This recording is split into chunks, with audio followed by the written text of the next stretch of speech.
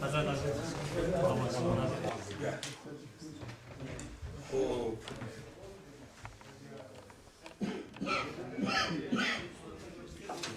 نفر معرفی کنیم و بچه ها سلام علیکم. معلم احمد خمیتون کبیری؟ کبیری محیدین باید فهمونش که محیدین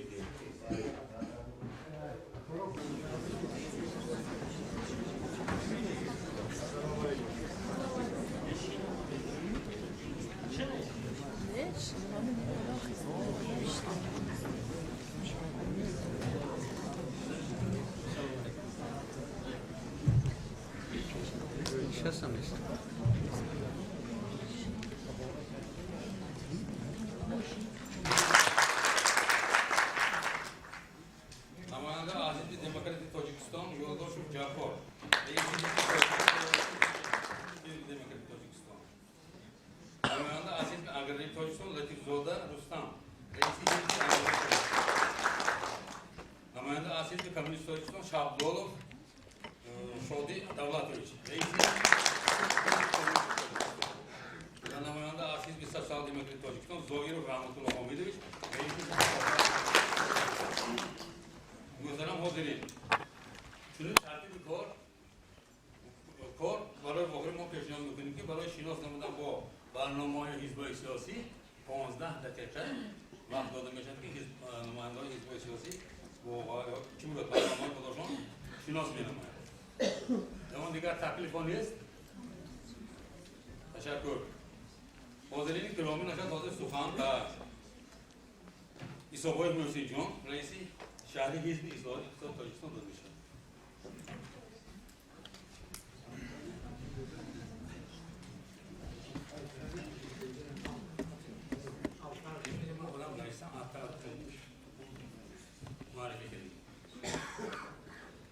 Assalomu alaykum. Hozirین گرامی انتخاب کنندگان محترم. استقلالیت دولتی تاجیکستان در شرایط نوی تاریخی در برابر تامین محیط سیاسی و ایجادی مرحله نوی ترقیات اقتصادی کشور زمینه‌های مهم و شرایط مساعد فراهم آورد. اگر در دوامی تا سال 2010 سخن در مورد سرمایه‌گذاری خارجی واردات محصولات استحصالی رود، عین زمان نقطه‌های مهمترین اقتصادیات ملی ما را تقویت بخشیدن پایه‌های استحصالات محلی و نفوذ صادرات محصولات خودی به وجود آورده است. در برابر این مهمترین روندهای اقتصادی جهان معاصر از هر کشور و هر دولت تقاضای آن را دارند که برای تأمین رقابت‌پذیری را در اقتصادیات ملی خویش تأمین نموده برای دریافت مقام و جایگاه خاصه در اقتصادیات جهانی اقدام نمایند. از این رو نظام اقتصادی برای آن که رو به تحول داشته باشد همیشه به اصلاحات با نظرداشت پیشرفت‌های جهان معاصر که رسیدن به این هدف‌ها یکی از مهمترین نقطه‌های اساسی برنامه پیش از انتخاباتی حزب اصلاحات اقتصادی تاجیکستان قرار دارند. حزب اصلاحات اقتصادی تاجیکستان برای رشد استوار اقتصاد ملی با همه حزب‌های سیاسی و مقامات دولتی که این هدف را پیگیری می‌کنند همکاری زیچ را به راه می‌گذارد. ریاست حزب اصلاحات اقتصادی تاجیکستان در همکاری با گروه عالمان، متخصصان و کارشناسان در دایره آیین‌نامه و برنامه حزب وضع اقتصادی، سیاسی، معنوی و فرهنگی و اجتماعیات جهان معاصر و کشور را مورد بررسی و تحلیل قرار داده به خلاصه‌های ذیل آمد. یکم، وضع امروزی اقتصادیات کشور تقاضا دارد که برنامه زمانوی کنانی، مدرن کنانی کشور تهیه و پیشنهاد کرده شود که پیشرفت استوار جامعه را در شرایط امروزه تأمین کرده تواند. برنامه باید در خود آموزش واقعی تمام سمت و روش دیگرگونسازی‌های حیات جمعیتی را تجسم نموده مکانیزم تطبیق آنها را در بر گیرد. دوم، از نگاه اصلاحات اقتصادی توجه خاص نمودن ба рушди саноат ва маҷмӯи индустриалию аграрии кишвар дар мадди аввал гузошта шуда, сохтори он такмил ва тағйир дода, такомули бахшҳои алоҳидааш вобаста ба мавҷудият ва захираи ашёи хоми табиӣ таъмин карда шавад. таъсис додани корхонаҳои хурди бузурги нави саноатӣ дар тамоми минтақаҳои кишвар ва бо ин восита баландбардоштани сатҳи зиндагии мардум дар маҳалҳо ва рафъи бекорӣ дар минтақаҳо. саюм, дар раванди ислоҳот ва имрӯзикунонии иқтисод содда намудани усулҳои назорати маъмурӣ то ҳадди имкон маҳдуд сохтани дахолати тафтишоти давлатӣ ба раванди соҳибкорӣ, аз байн бурдани монеаҳои рушди соҳибкорӣ, ба вуҷуд овардани фазои мусоид ва мувофиқи ҳуқуқӣ барои тараққии соҳибкории хурду миёна, ҷорӣ намудани имтиёзҳои арзанда барои густариши соҳибкорӣ, фароҳам овардани имкониятҳои васеъ барои сармоягузории дохилӣ, ҷалби инвеститсияи хориҷӣ, васеъ намудани бозори дохилӣ ва барҳам задани заминаҳои коррупсия дар идораи давлатӣ. чорум, ҷумҳурии Тоҷикистон макони захираи бузурги об ва манбаи нерӯи барқи обӣ мебошад. рушди иқтисодии кишвар дар навбати аввал ба густариши нерӯи барқ вобаста аст. биноан ин соҳа ба таҳиёию татбиқи барнома ва лоиҳаи мушаххаси босозии мақомоти сохтори энергетикӣ ва шабакаи таъминоти барқӣ ниёзмандӣ дорад. аз ин рӯ таҳияи консепсия ва барномаи нави энергетикии кишвар зарур аст.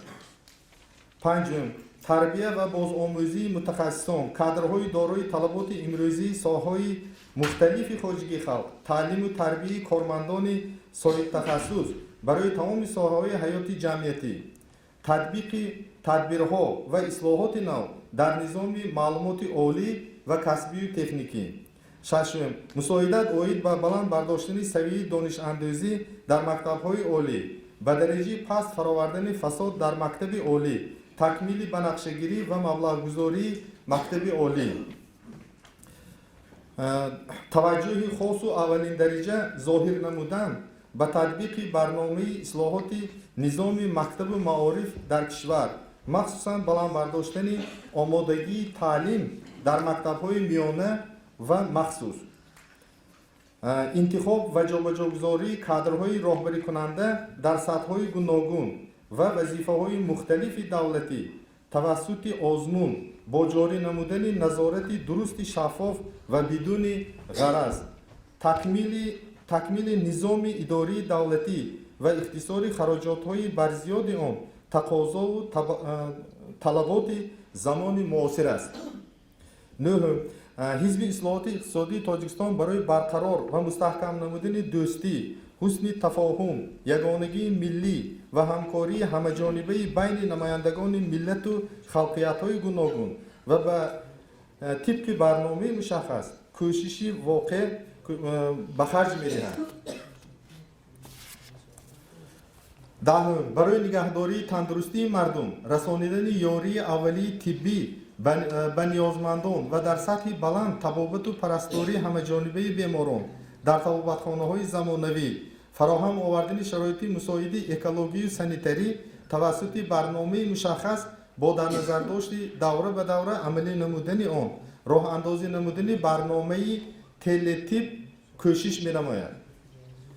ёздаҳум, ҳизби ислоҳоти иқтисодӣ дар баробари афзоиши нафақапулӣ, барқарор намудани имтиёзҳои собиқадорон, дастгирии оилаҳои камбизоат, парастдории ятимон ва татбиқи самараноки шаклҳои нави сиёсати иҷтимоиро пешниҳод менамояд. дувоздаҳум, ҳизби ислоҳоти иқтисодӣ баҳри мусоидат ба густариши сохтмони биноҳои манзилии баландошёнаи иҷтимоӣ, кооперативӣ, ки барои ҳар шаҳрванд дастрас аст, механизмҳо ва роҳҳои ҳалли онро пешниҳод менамояд. сенздаҳум, ҳизби ислоҳоти иқтисодӣ коркарди модели ҷойгиркунии муҳоҷирони дохилии ҷумҳуриявӣ, интихоби модели мувофиқу муносиби идоракунии минтақавиро таҳия менамояд. чордаҳум, ҳизби ислоҳоти иқтисодӣ дар асоси барномаи мушаххас оид ба ҷорӣ намудани қоидаҳои ахлоқи хизматчии давлатӣ, қатъ гардондани фасоди идоравӣ ва қонуншиканиҳо дар хизмати давлатӣ, ихтисор кардани мақомоти назорати نظارتی وظیفهشان تکرار یابنده پیشنهادهای مشخص منظور می‌نماید. 15 حزب اصلاحات اقتصادی به تهیه برنامه مکمل نو سیاست اوید به جوانان رو می‌آورد. 16 حزب اصلاحات اقتصادی در راه اندازی نمودن برنامه سالمگردانی اهالی مخصوصا مادران و کودکان اعتراف نمودن زحمت مادران در مورد تولید و تربیت کودکان همچون مهنت محصولناکی تکرار استحصال کنی سرمایه انسانی کوشش به خرج می‌دهند. هردهم حزب اصلاحات اقتصادی برنامه رشد تشکیلات‌های غیر حکومتی و واسطه‌های اخبار عامه کشور همچون نهاد و حاکمیت مستقیم و مستقل دولت دموکراتی را تهیه و راه اندازی می‌نماید.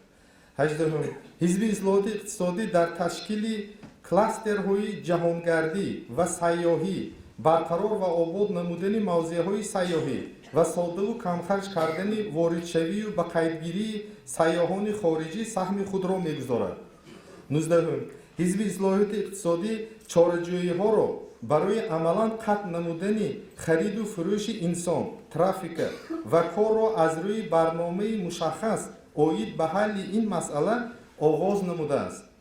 20 حزب اصلاحات اقتصادی در تهیه دکترین امنیت و دفاع کشور مساعدت به تنظیم درست، شفاف و عادلانه دعوت نوعسکران به خدمت حربی جاری نمودن خدمت حربی الترناتیوی سهمگذاری میکند. 21 حزب در مبارزه علیه نشأه‌مندی و تنفروشی در جمهوری تاجیکستان مساعدت می‌نماید. 22 حزب اصلاحات اقتصادی در اصلاحات بخش اگراری کشور توسط برنامه زمانه‌ای کنی و در زمینه آن تامین نمودن بی‌خطری آذوقه‌واری کشور برنامه‌ها پیشنهاد می‌نماید. 23 در راه اندازی نمودن کنسپسیایی نو استخراج و کارکرد معدن کلاسترهای استحصالی با مقصد سازمان دادن اقتصاد اندوستریالی و اگراری در کشور مساعدت می‌کند. 24 در پیشنهاد نمودن فرضیه نو اندوستانی و سازمان دادن محیط سالم صاحبکاری استحصالی در کشور سهم می‌گذارد. 25 راه اندازی نمودن برنامه نوی علم، دین و جامعه با مقصد تشکل دادن تفکر سازنده دین و جامعه یکی از هدف‌های حزب اصلاحات اقتصادی به شمار می‌رود. تطبیق نمودن برنامه زمانه‌ای کنانی مدرن کنانی تاجیکستان و در زمینه آن تامین نمودن اصلاحات اقتصادی، اجتماعی و سیاسی کشور در فشرده برنامه پیش از انتخاباتی حزب اصلاحات اقتصادی مفصل پیشنهاد گردیده است که آن فراگیری کل ساحه‌های حیات سیاسی، اقتصادی، اجتماعی، معنوی، فرهنگی، معرفتی و مذهبی میباشد و در تطبیق من بعده آن ما اعضایان حزب اصلاحات اقتصادی سهمگذاری میکنیم. زیرا شعار ما زمانه‌ای کنانی جامعه بهر زندگی ارزنده انسان در تاجیکستان میباشد. تشکر. مرحمت و معرضی که سوالش هست مرحمت سوال باشد مرحمت. یک سوال ممکنه؟ پیشنهاد می‌کنم سوال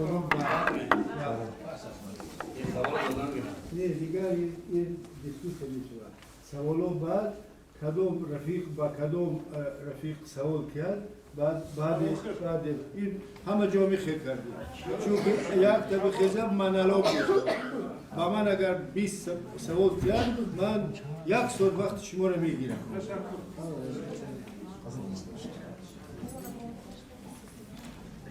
خب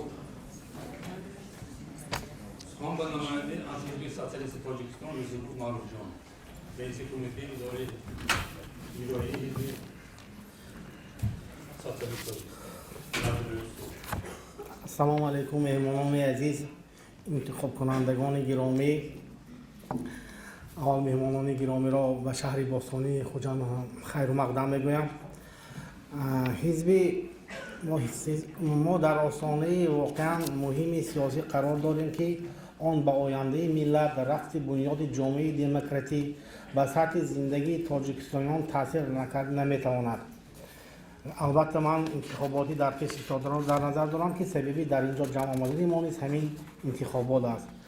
چون که به همه ما چون روز روشن است وقت‌های آخر جمهوری ما در سیاست بیرونی و داخلی دموکرات‌خوانی جامعه رشد اقتصادی و اجتماعی خیلی بالا برآمد. سطح کمبودی نسبت سالهای پیشین خیلی پست کرده شد. آبروی تاجیکستان در عرصه بین خلقی وسیع افزود.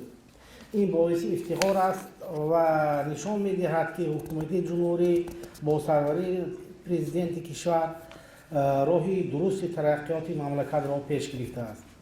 حزب سوسیالیستی تاجیکستان سال 1996 با سروری یکی از شخصان برومند سیاستمدار و حقوقشناس ورزیده مرحوم سفرعلی کنجیف در شهر باستانی خوجند تأسیس داده شده است. حزب سوسیالیستی تاجیکستان اقدام پیشگرفته حکومت جمهوری و سروری کشور را پورا دستگیری بوده برای باز هم بلند برداشتن سطح اجتماعی اقتصادی کشور عزیزمان. برای شما انتخاب کنندگان گرامی برنامه پیش از انتخاباتی خود را پیشنهاد می نماید. انتخاب کنندگان گرامی اگر اینجا ما وقت خیلی محدود است، اگر برنامه خونیم با برنامه از 15 ورق عبارت است و وقت کافی نیست که ما همه آن را به شما خوانده دهیم و بعضی فکرهای عقیده‌هایی که خود داریم اینجا گفته می‌گذاریم، چون که هر حزب می‌کوشد با راهی قانونی به سر قدرت بیاد برنامه خود را عملی نماید و اصلا فکر می‌کنم که مقصد مرامی همه حزب‌ها یک است. این باز هم بلند برداشتن سطح زندگی و نکو احوالی خلق میباشد، یعنی گلگلشکنی تاجیکستان همه یک مقصد دارند. آن هم باشد تاجیکستان آباد باشد، مردمش سیر و آسوده، ولی راه نائل به این هدف گوناگون میباشد. از اینجا حزب ما نیز بعضی برنامه‌های خود را پیشنهاد میکند. مقصد ما حزب سوسیالیست تاجیکستان بنیاد سوسیالیسم نو می باشد. این غایه اساسی حزب سوسیالیستی می باشد که تحت شعار دولت عدالتخواه، حاکمیت پاک، زندگی آسوده‌حالانه در مردم انعکاس یافته است. میخواستم قید کنم سوسیالیسم نو این داغم عقلی نیست، این برنامه کنکریتی برای جمهوری در عصر 21 می باشد.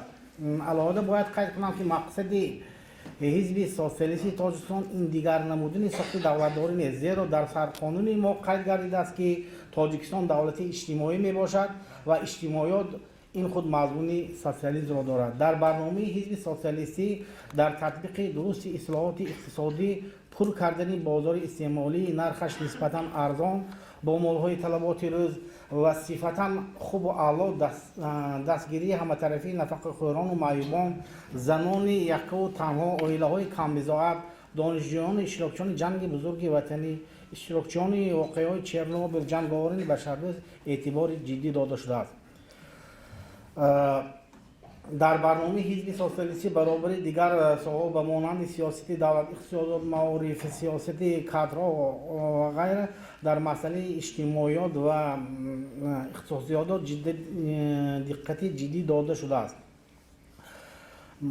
البته میخوام بعضی از آن را گویم. پیش از همه در مؤسسات دولتی طبی خدمت رسانی رایگان باشد. در برنامه حزب سوسیالیستی تاجیکستان پیشنهاد کرد، زیرا آن مزد معاش یا نفقه‌ای که امروز عائله‌های کم‌بضاعت و عائله‌های میانه میگیرند برای معالجه پوری کافی نمی باشد. برای مثال یک مبلغ یک جراحی از همه آسان، یعنی اگر کروده گوییم امروز 1000 سومان و از آن هم اضافه می‌شد. خود قضاوت کرد که وقتی که اندازه نفقه 200-300 سامانی، مزد معاش 500 یا 700 سامانی میانه می باشد، در حالت جراحی به وجود آمدنش چی باید کرد؟ یعنی 4-6 ماه مبلغ جمع کرده، بعد اگر خدا خود زنده مانید به بیمارخانه میره. اتفاق کسبه که باید حمایتگر خلق کارگر باشد این را زیر ایستادیم که فعالیتش خیلی فرسوده شده قریب که بی‌فعالیت مانده است بنابر خوب میشد که به جای از مزد معاش آن یک فایزی که برای اتفاق کسبه جدا کرده می شود سوغاتی حتمی طبی جاری می‌گردید و آنگاه هم خدمت رسانی طبی بهتر می‌گردید و هم بیماران سری وقت از پی سلامتی خود می‌شدند. حزب سوسیالیستی تاجیکستان همچنین پیشنهاد می‌دم در برنامه‌اش پیشنهاد کرده است که بیمارخانه شخصی تجارتی نباید در حدود بیمارخانه‌های دولتی فعالیت نمایند. تجربه ها نشان داده ایستاد است که امروز مبلغداران بناهای تیار بیمارخانه دولتی را گرفته با کمی دیگرگونی با استفاده داده خدمت رسانی پولیکی را براه مانده با مبلغ‌های خیلی گران کیسه‌های خود را پر کرده ایستادند. برای مثال یک مرتبه به شعبه قبول امین بانیسی شهری رقمی که اگر شهر خوجام شما التماسم برنامه‌تون بگید ما برنامه پیشنهاد هستیم بعد در برنامه هم خیلی عمر است ما درباره برنامه گفتم که وقتی که میرید که قریب یگان تشخیصگاه‌های دولتی نمونه است بنابر همین می‌خواستیم که آن بیمارخانه‌های شخصی تجارتی باید از در دیگر باید باشند و در بیمارخانه دولتی بیمالا رفته چخل که در سرقانون موافقت است خدمت رسانی رایگان است رایگان اونجا استفاده برند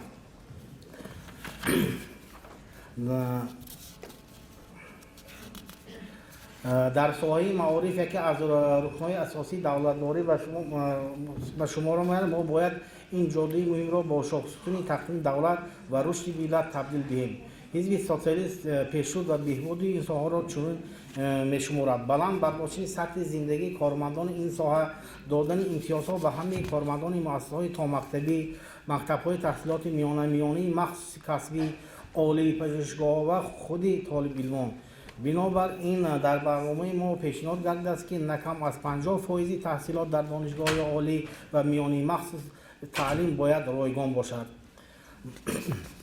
در جاده مزد مهنت و نفقه باشد در برنامه ما پیشنهاد کرده است که مزد معاش و نفقه نباید از مبلغ بچه استعمال کنی کم باشد امروز سطح زندگی مردم نظر به سالهای پیشین خلاف هرچند بلند گردیده باشد به هر حال اگر این مسئله حل خود را باز بیشتر می‌یافت هم زندگی خلق بهتر میشد و هم خزینه دولت باز قوی‌تر یعنی اگر برای زندگی مبلغ نداشته باشیم شما چخیل اندازهای دولتی را به مانند پول برق و آب و دیگر خدمت رسانی کمالی می‌سپارید یکی از مسائل دیگری برنامه حزب سوسیالیستی تاجیکستان این درباره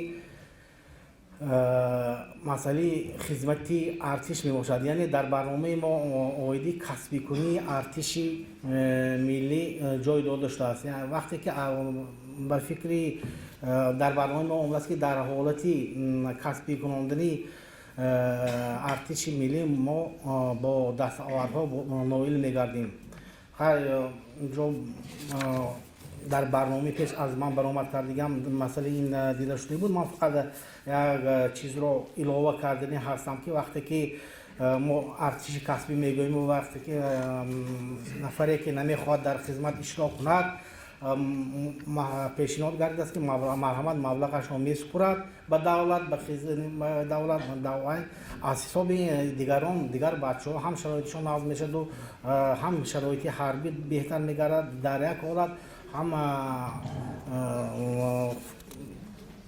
به حدود بیهوده به دانشگاه ها نمیدارن وقتی که علم ندارن با کار یک کاری به خودشان موافق میگیرن زندگیشان را پیش میبرن به همین راه در کوچه ها هم ابلاغ یا خرید و فروش دیپلم و دیگر بلیط های حربی هم از بین میرود ما در برنامه خود راه‌های برآوردن عالی کاندیدات تحریزی نموده برای بهتر و خوبتر و حیات آسودگانه زندگی کردن آن تلاش می‌نماییم برای این همه امیدواریم که در تکیه به قانون‌های عمل کننده برای به طور بی‌نظیری گذراندن انتخاب تلاش خواهیم کرد саломат бошон. Ман инҷа хело бисёр ман агар боятон ҳама соҳаҳошо хонда метиҳам ва кисе дар хоша дар газети мо ин барномаи мо дард шудааст метавонам гирифта хонтам. Раҳмат, ташаккур.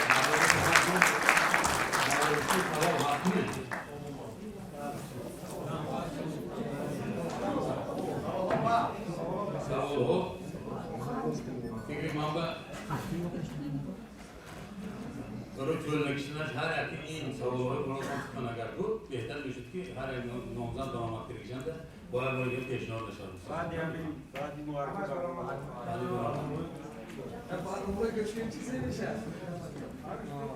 خب نمایشات داده شد من به شابلوف شدی دولتش رئیس حزب کمونیست است. برای عزیز 15 دقیقه 14 دقیقه من صحبت کردم شما سیگنال دید که 1 دقیقه مونده ما میخواهم که نیم دقیقه رفیقای دیگر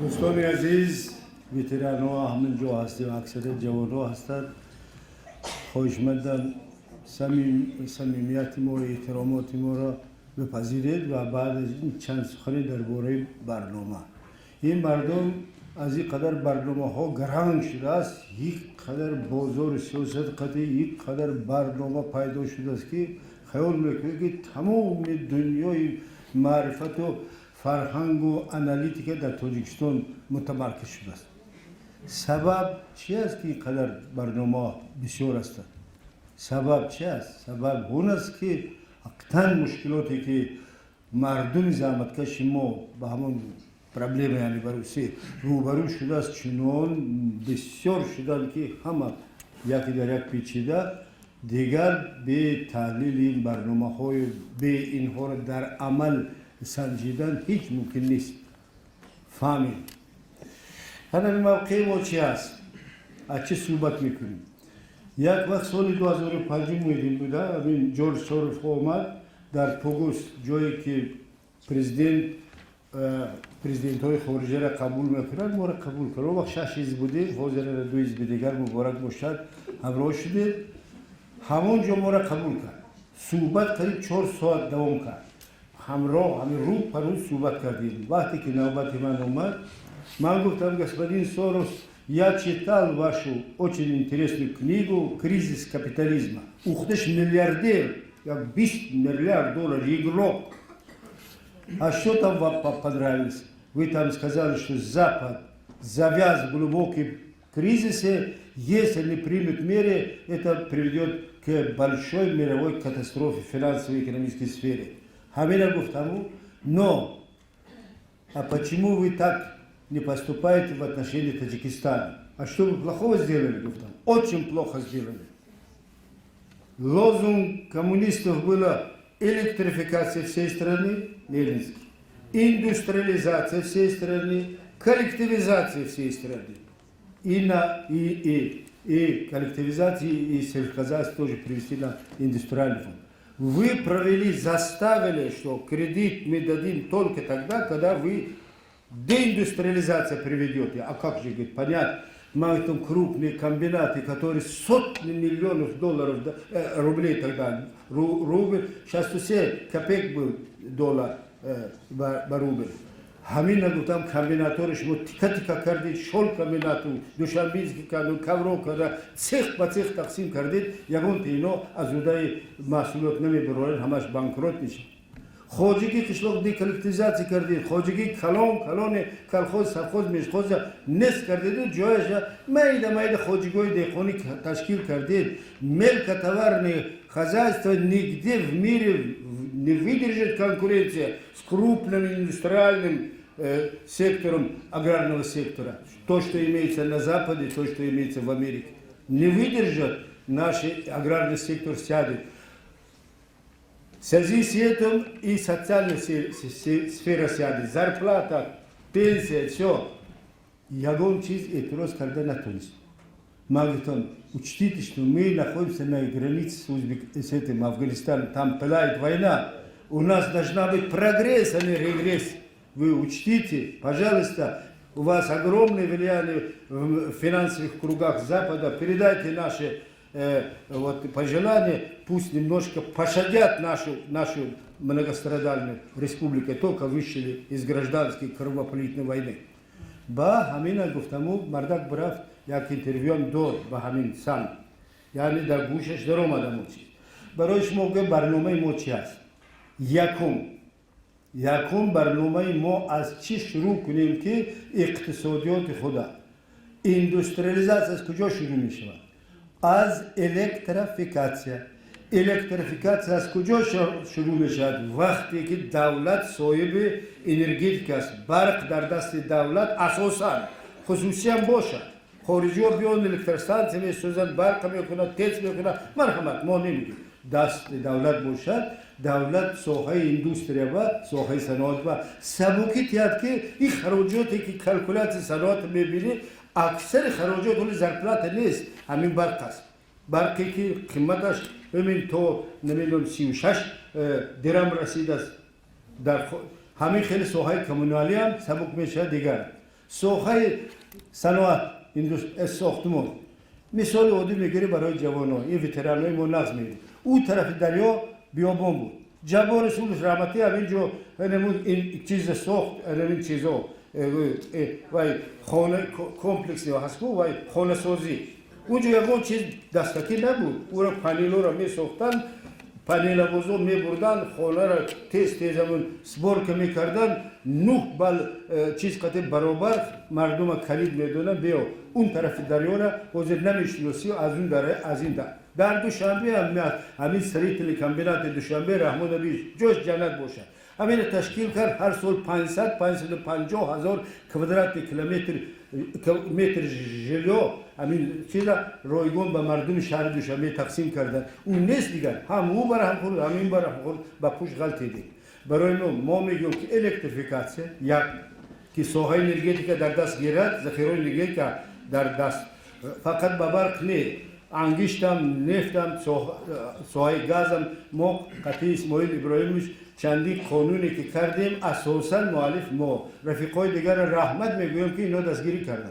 عزیز به خلقی دموکراتی هم دستگیری کردن اصلاحات اقتصادی هم دستگیری کبیری و رفیقای دیگر هم دستگیری کردن که همین لایه ما گذشت از چیز و بعد همین آماده است دویم ساحه چرا ما اندوستریالیزاسیون میگویم در اندوستری ما همه چیز کهنه شده است 45 سال همون مهلتش کسی که انجینیر باشد ماشین باید در ژاپن بعد 7 سال ماشین میگیرن اوتیل میکنند و ماشین نو تکنولوژی نو جاری میکنه از ما 45 سال در صنعت قریب 50 سال دیگر توربینه ها همش اولین همین قدر پیش میریم نمیریم ساحه اگراری را روی راست میگویم که بانکروت شدگی ساحه اگراری سببش یک دهقان از عهده پرداخت پول آب نمیپروید ناسوس قطع آب میتیر از ساحه اگراری یک تیم به بودجه داخل نمیشود چون که دهقان قوه پرداخت اون نرخ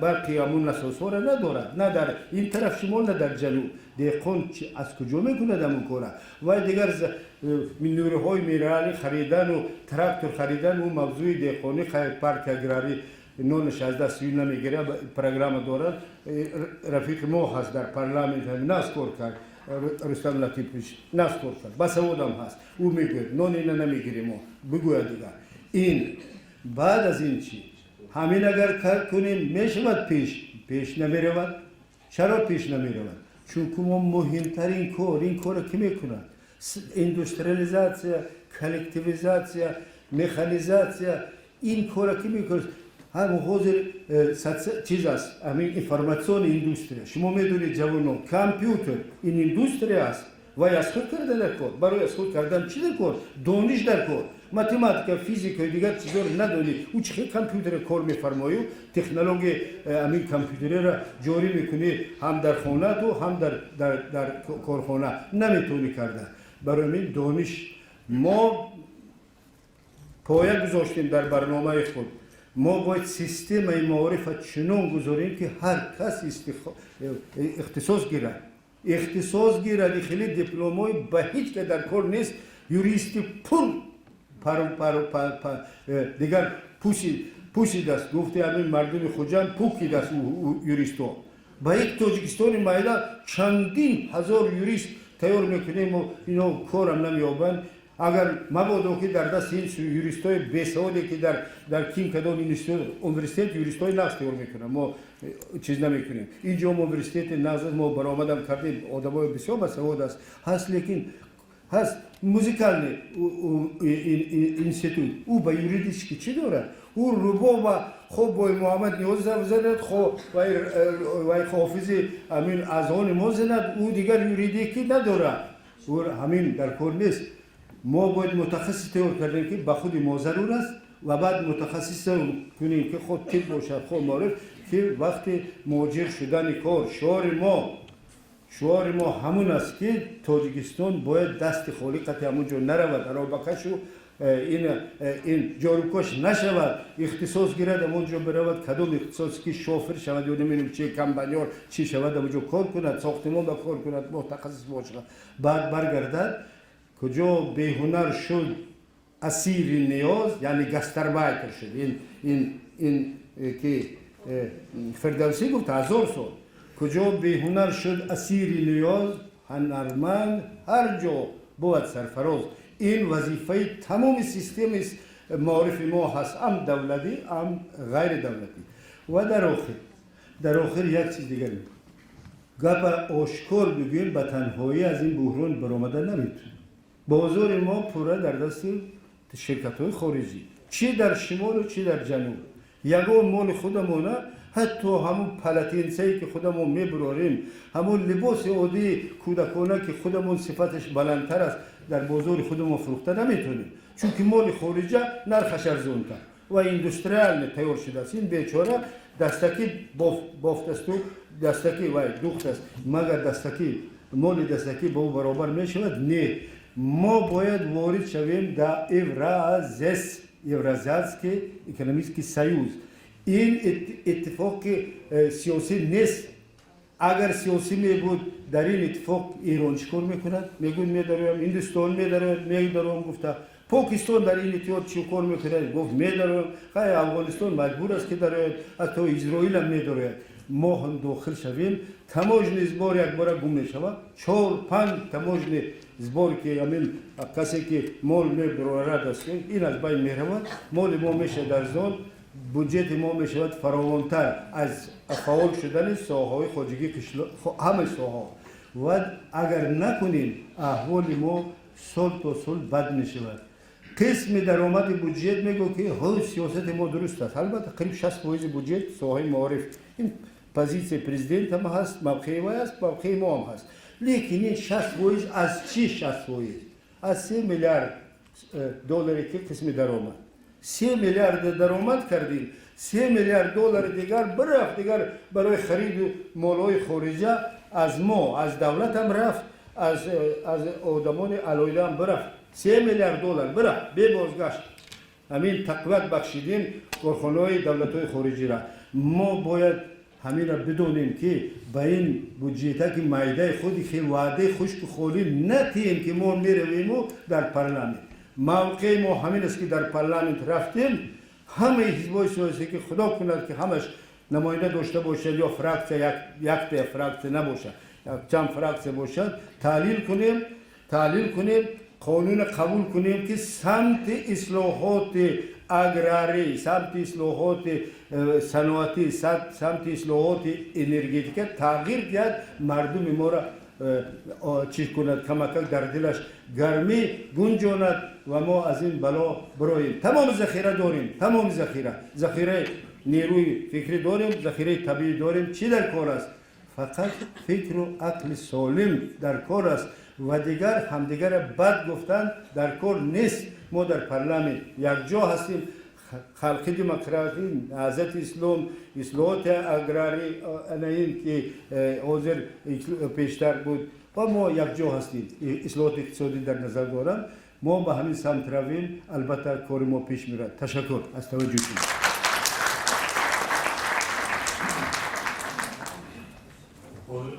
خواندن نماینده حزب نهضت اسلام برای محیدین کبیری رئیس حزب نهضت اسلام تاجیکستان به نام خداوند بخشنده و مهربان، همکاران عزیز، محترم رئیسان حزب و نمایندگان حزب‌های سیاسی، پیش از همه به شما تشکر میگم که وقت خود را در این نداشتید و در این ملاقات حاضر شدید. من نوبتاً پیش از شادی دولت وجود از رئیس کننده خواهش کردم که اول این کس صحبت کنند، بعد من. البته یک سببش احترامی که به این کس دارم، واقعا یک انسانی بسیار ورزیده، سیاستمدار شناخته هستند. من پسر بچه بودم، جوان بودم که کس وکیل بودند و حالا هم آشکار میگم، اعتراف میکنم که بسیاری مسائل سیاسی و بخصوص کار در پارلمان رو در این 10 سال اخیر که همراه کار کردیم در پارلمان من از شوی دولتویچ آموختم، میندار هستم. ولی یک سبب دیگر هم بود که چرا خواهش کردم که پیشتر صحبت کنن. وقتی که این کس صحبت کنن زل از خواب میخیزد، بیدار میشود.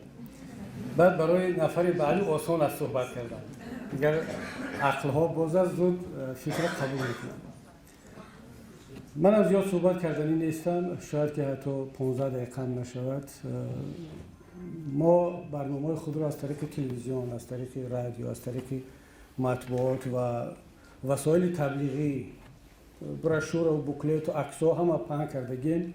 هیچ ضرورت نداره که در اینجا لکچر خونیم و وقت شما را زیاد بگیریم. همونطور که دوستان عزیز گفتن، برنامه اکثر حزب‌های سیاسی یک است، در چارچوب کنستیتوی جمهوری تاجیکستان، در چارچوب قانون‌ها است، همه برای نیکوحوالی ملت کوشش میکنن. ولی در بعضی مسائل ما اختلاف نظر داریم که این طبیعی است و پارلمانت هم که ما انتخاب کرده ایستادیم روز 1 مارس جای بحث است، جای بحث و نقاش و اختلاف نظرها است. گوناگون اندیشی است، طرح‌های گوناگون است. اگر در پارلمان بحث نباشد، مطمئن باشد که قانون‌ها پخته نمی‌شوند. در پارلمان باید همیشه بحث شود. ما برنامه خود را از طریق تلویزیون، از طریق رادیو، از طریق مطبوعات و وسایل تبلیغی، براشور و بوکلت و عکس‌ها هم پهن کردگیم. هیچ ضرورت نداره که در اینجا لکچر خونیم و وقت شما را زیاد بگیریم. همونطور که دوستان عزیز گفتن، برنامه اکثر حزب‌های سیاسی یک است، در چارچوب کنستیتوی جمهوری تاجیکستان، در چارچوب قانون‌ها است، همه برای نیکوحوالی ملت کوشش میکنن. ولی در بعضی مسائل ما اختلاف نظر داریم که این طبیعی است و پارلمانت هم که ما انتخاب کرده ایستادیم روز 1 مارس جای بحث است، جای بحث و نقاش و اختلاف نظرها است. گوناگون اندیشی است، طرح‌های گوناگون است. اگر در پارلمان بحث نباشد، مطمئن باشد که قانون‌ها پخته نمی‌شوند. در پارلمان باید همیشه بحث باشد. باید فراکسیون قوی باشد. اگر یک فراکسیون باشد، دیگر همه خاموش گپ نزنن، بحث نکنن، قانون‌ها خام می‌براید. چرا ما بعد از آن که قانون‌ها را قبول می‌کنیم، در تجربه پارلمانی دیدیم، بعد یک مدت می‌بینیم که تغییرات و الهه‌ها به قانون وارد می‌شود. برای آنکه یکمش البته طلبات زمان است، وقت دیگر می‌شود. دیومش بعد احساس می‌کنیم که در وقتش بعضی مسائل‌ها را نادیده گرفتیم.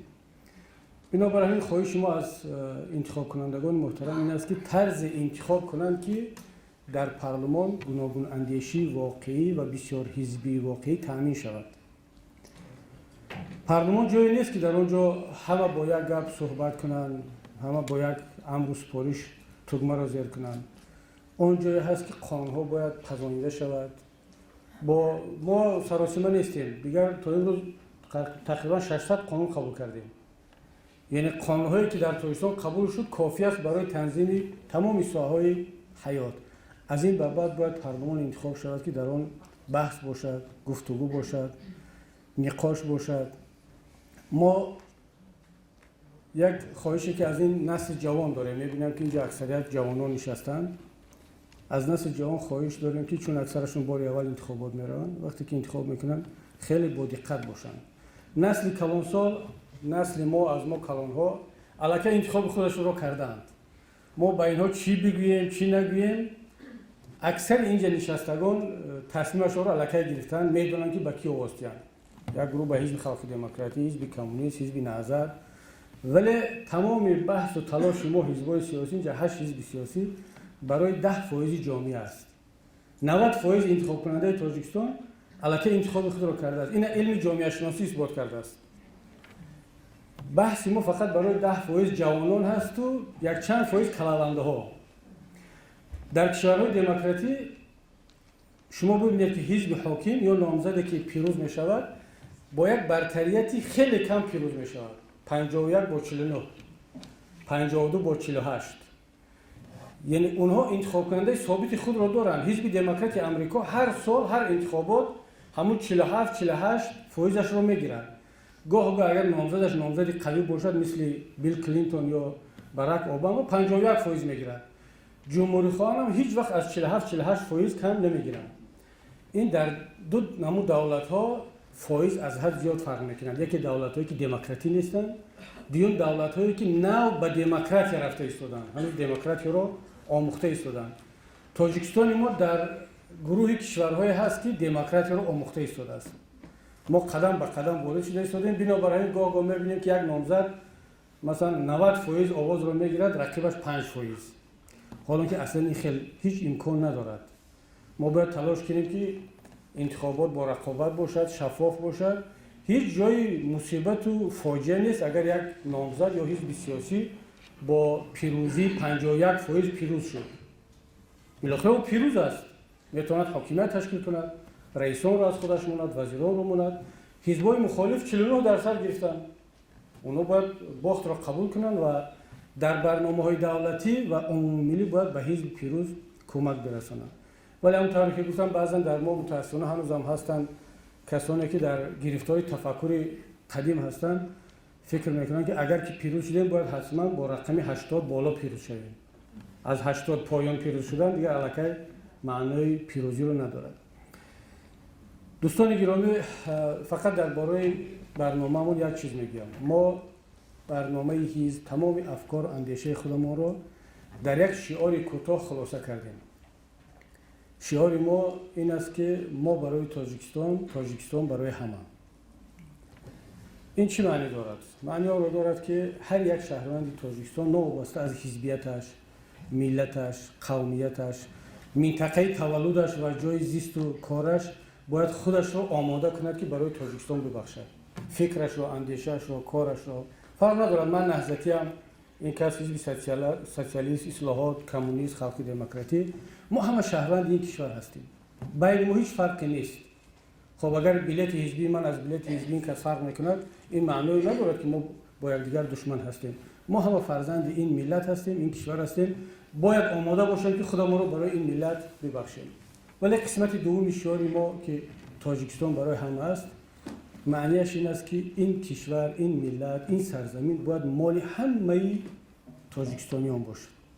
هر یک شهروند در اینجا طالا نشسته، شاید 200-300 نفر نشستن، باید احساس کند که در نزد این دولت، در نزد این حکومت، در نزد این سرزمین، در نزد این سرقانون حقوق برابر با رئیس ولایت دارد. حقوق برابر با مای دپوتات دارد. گفت شاهد دولتش 15 روز دیگر حاضر ما وکیل هستیم. ما همه برابر حقوق هستیم و هر یک شهروند باید رو احساس کند و حکومت هم، مقامات هم، پارلمان هم، رئیس ولایت هم، تمام مسئولین هم باید با شهروندان طرز مناسبت کرده ایستادن که گویا با فرزند خودش کرده ایستاده است. شعار ما هم در همین خلاصه شده است و من هم وعده کردم که کمتر از وقت خودم صحبت میکنم. دیدم که حضرت مادر محترم یا سوال دارن یا گفتنی یا برآمده دارن. ما آماده هستیم که ایشون رو هم بشنویم. خداوند یکایک شما رو در خانه خودش نگهدار باشه.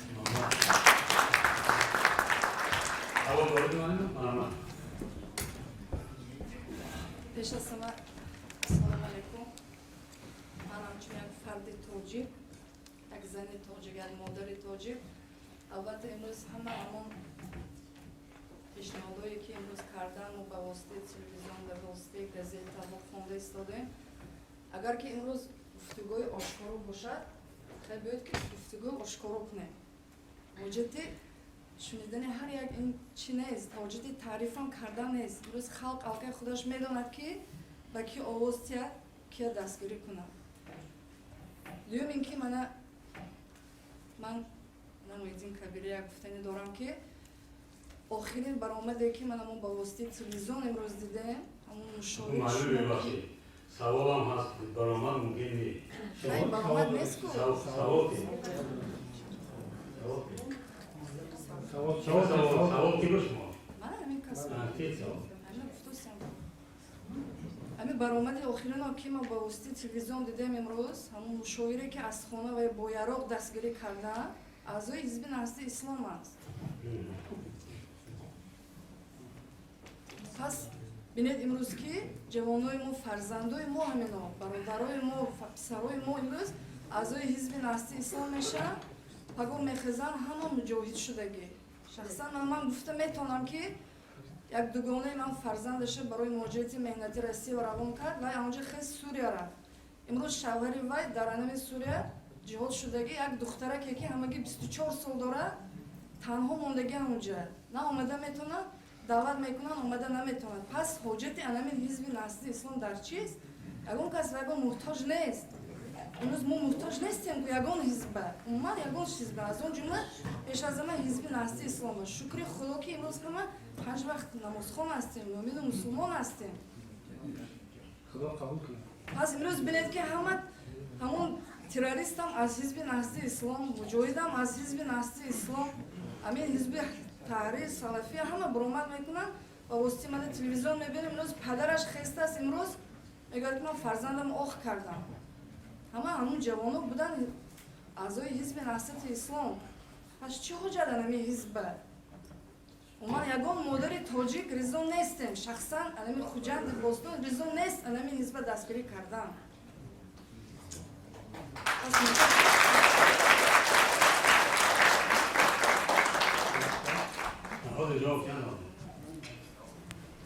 باید همه سوال‌ها با ما کم برد سوال آخر گفتیم آخر ببخشید شما نتوانا انتظام نگذارید اینجا باید قرار بزن شما انتظام باید اگر اجازه باشد من سوالای مادر رو جواب بدم. خودش مجلس بردن هم همیشه بود که سوال جواب شدن در کنم اگر راضی باشن اهل طالب هم جواب کنم همراهان محترم راضی هستیم چون مسائلی که مادر برداشتن بسیار مهم است. من تقریبا از داخل صحبت این کس 5 سوال برای خودم نوشتم. 5 سوال برآمد.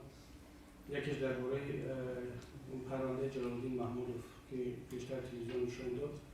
مشاوری ما در حزب نهضت ترکستان واقعا روز 9 فوریه برای آن کس پرونده جنایی شده شد برای پیدا کردن سلاح از خانه همسرش.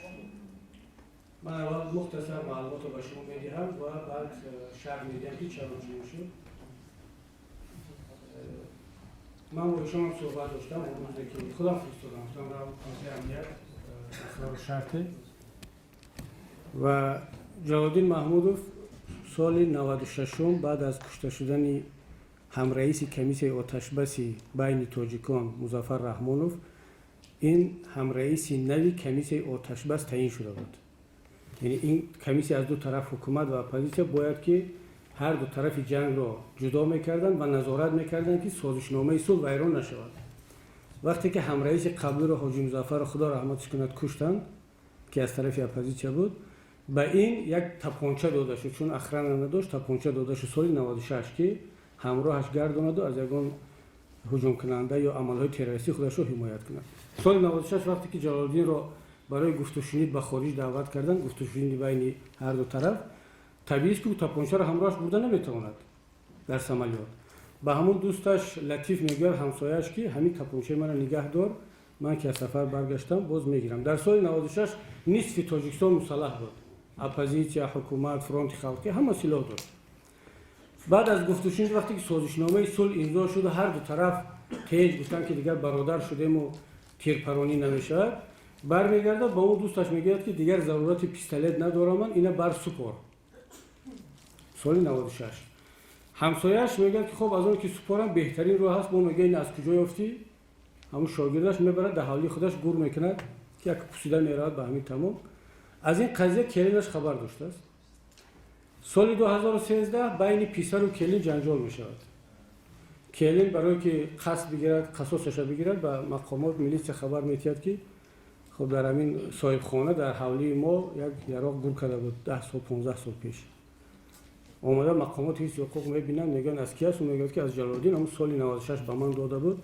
منم وعده دادم که نابود میکنم دیگر گفتم که رفت تمام شد از همون کس است. جلال‌الدین دعوت میکنن میگن که همین خیر میگه خب این خیر باشه سپردن در کار میگن خب این یا پوسید آف شد دیگه همه کار تمام بیاد که پس این قصه نگردیم. سال 2013 ماه اکتبر یا نوامبر بود، یک نیم سال پیش. اینم به همین تمام میگه که دیگه اگر پوسیده باشد و فراموش شد. میلیسیا در جریان کار بود، خبر داشتم.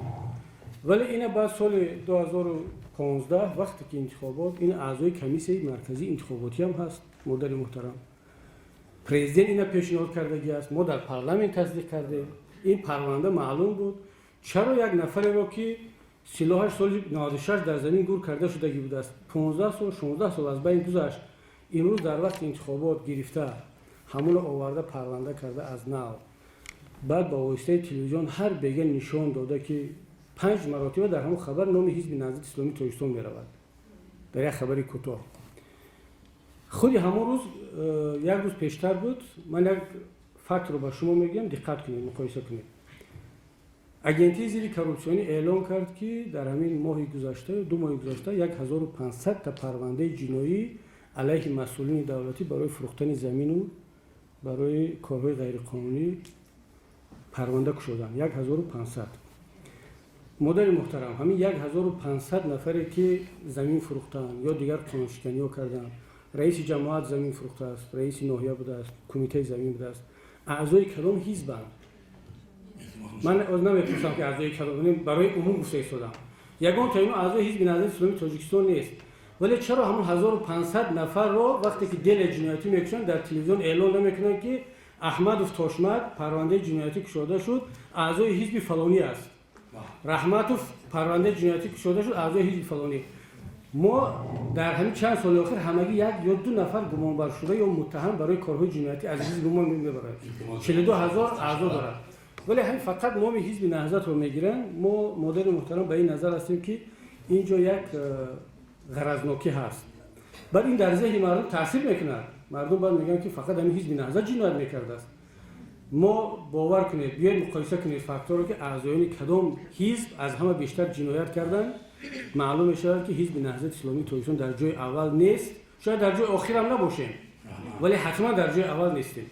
اما 2 سوال 3 سوال دیگه اینجا هست. من کوشش میکنم اینو مختصر در شما گفتید که اعضای حزب نهضت اسلامی تاجیکستان تروریست. مدیر محترم، من شما رو میبخشم، یعنی شما احساسات داده میشه، ولی مقامات حفظ حقوق است برای متهم کردن یک حزب سیاسی کنستیتوسیونی با تروریسم. این دل جنایتی است. این علاقه این مسئله بسیار مسئله خطرناک است. من نمیتونم یک حزب سیاسی کنستیتوسیونی را که در اساس کنستیتوسیا در وزارت عدلیه ثبت نام شده است بگویم که تروریستی است.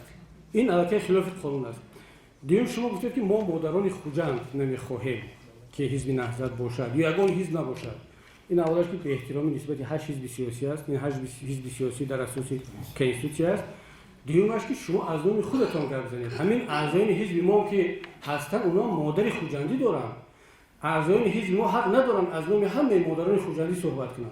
از نام خودش هر شهروند باید گپ بزنن. شما از نام همه خوجندی ها نباید صحبت کنید. خوجندی ها حزب کمونیست است، نهضت است، خلق دموکراتی است. من خواهش میکنم این بعد این اکنون بحثی گفتید آشکار، من فرزند شما مادری ما یا اپی ما، در آینده وقتی که صحبت میکنیم یکدیگر احترام کرده. اون تلویزیون هر چی گفتن میگیرن و ایمیج میکرها میگن که پلیتولوژا میگن که دایته منی گیتلر یا وان وینو ایسوس خریستا. نه با من هم گیتلر بوده، من پیغمبر ایسوس با شما گرفته میتونم. ایسوس بیسوزم. ایسوس میتونم. من نورمتی کردم. نه همش خوب بود، نه بود، گذاشت دیگه اکنون. همش گذاشت دیگه تمام بود. نورمتی نبود، گذاشت. السلام علیکم حاضرین محترم داملا کبیری. من اون دانشجویی هستم که به شما با عنوان شما مراجعتنامه نوشته بودیم. اون مراجعتنامه‌ای که شما در هفته‌نامه تاجیکستان ما رو تحقیر کردید. شما اونها جواب نمی‌دید. اونها عالم هستند و پروفسور هستند، استاد هستند. لیکن ما زندگی که با شما رو بحث کرده باشیم. شما در همون گازet تاجیکستان همچون یک التیمات فرستادید به ما. ما همچون یک دانشجو که در دل آرزوهای زیاد داریم از بمونک با شما بحث کرده باشم. یا دیگر اثبات نمی‌کنم که اون عقیده‌ای که شما داد عقیده ناسالم امروز در شرایط امروز جوابگو نیستن.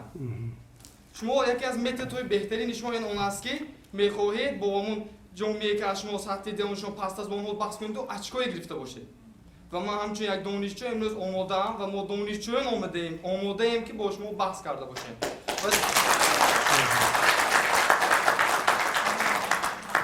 و می‌خواهم چند خلاصه برآوری‌هایی که آید به فعالیت هینید و شما دارند به طور مکالمه‌ای سوال داده باشم و شما با سوال‌های ها یا نه جواب بده باشید. آیا شما این وطن رو، ملت رو، سرزمین رو دوست می‌دارید؟ گفتن گیرید به من جواب بگم. همش تمام کنید، همش رو یک بار. ممکن است شما عنوان یک نمودشان باز جواب نگفتید؟ شما نه من یک بار همه سوالاتون رو شنوم. گفتنی هستم که اگر شما این وطن و ملت رو دوست داشته باشید به نام دوست می‌دارید. می‌بینید امروز جامعه مسلمان تفریق اندازی کرده استاده. مسلمان‌ها رو به خودی و بیگانه و حجت و بی حجت تقسیم کردید. این رو امروز جامعه فهمید. شما اون عقیده‌هایی که دارید به مانند اخوان المسلمین صبر قدم به قدم خود را گذاشتید. اون صبری که یک سال اخوان المسلمین در میز حکومت نکردن. گرفتن حکومت اصلا اداره کردن خیلی مشکله. شما میخواید مثل آنها به طور آنها حکومت کرده باشید. و یکی از نه مول همین خواهش میکنم. سوال من چون است که شما طرفدارش ایده معین ندارید. شما در یک اعتقاد موجود نیستید. میان شما هینیتیان و شما یک اعتقاد نیست. شما متحد نیستید. و اگر شما چندین نفر انگشت شمار از اون خدا اداره کرده میکنید پس آینده چه اداره میکنید؟ پس میگن که شما در یکی از کتاب‌های خود امام هماینی چون آورده است که صحیفه نور من سخت اطمینان هستم که با نقطه ارزش اداره نمودن دولت باید از تمام منفعت‌های دینی چون نماز روزه بالاتر است. ولی که امروز جامعه امروز دولت حکومت برای پیشگیری کردن جنایت‌هایی که از جانب شما بر اینها شده ایستاده است و شما خود را باز سفید میگیرید باز از اون وضعیت میخواهید با یگان سخنوری خود برآیید و باز اشکای گرفته باشید وقتی که حکومت از بالشون رضا حکومت اون رو غیرقانونی می‌کند باز چیکار کردنی هست شما باز تنقید میکنید با غیر تنقید و با این میخواهید در بین جامعه جهانی خود را آباد برداشته باشید و این مهنت شما برای خارجیان است برای خواجگان خود است. من خواهش میکنم بولید جوان است فکرش نگویم. و سوال و اعتقاد امام است که شما رو تحقیر کردید. شما گفتید که آنها جوان نیستند. آنها جوان نیستند در هفته نومی تویسون روی راست آنها جوان نیستند. ما اومدیم با شما بحث کرده باشیم. ما با اون مراجعات نوشته بودیم که شما هموطن ما هستید. شما هم ملت ما هستید. هم دین هستیم الحمدلله ما هم مسلمان هستیم. اگر ما شما رو امروز نفهمونیم راه رفتی سودن رو اشقافای شما چندین نفر رو رفتی سودن.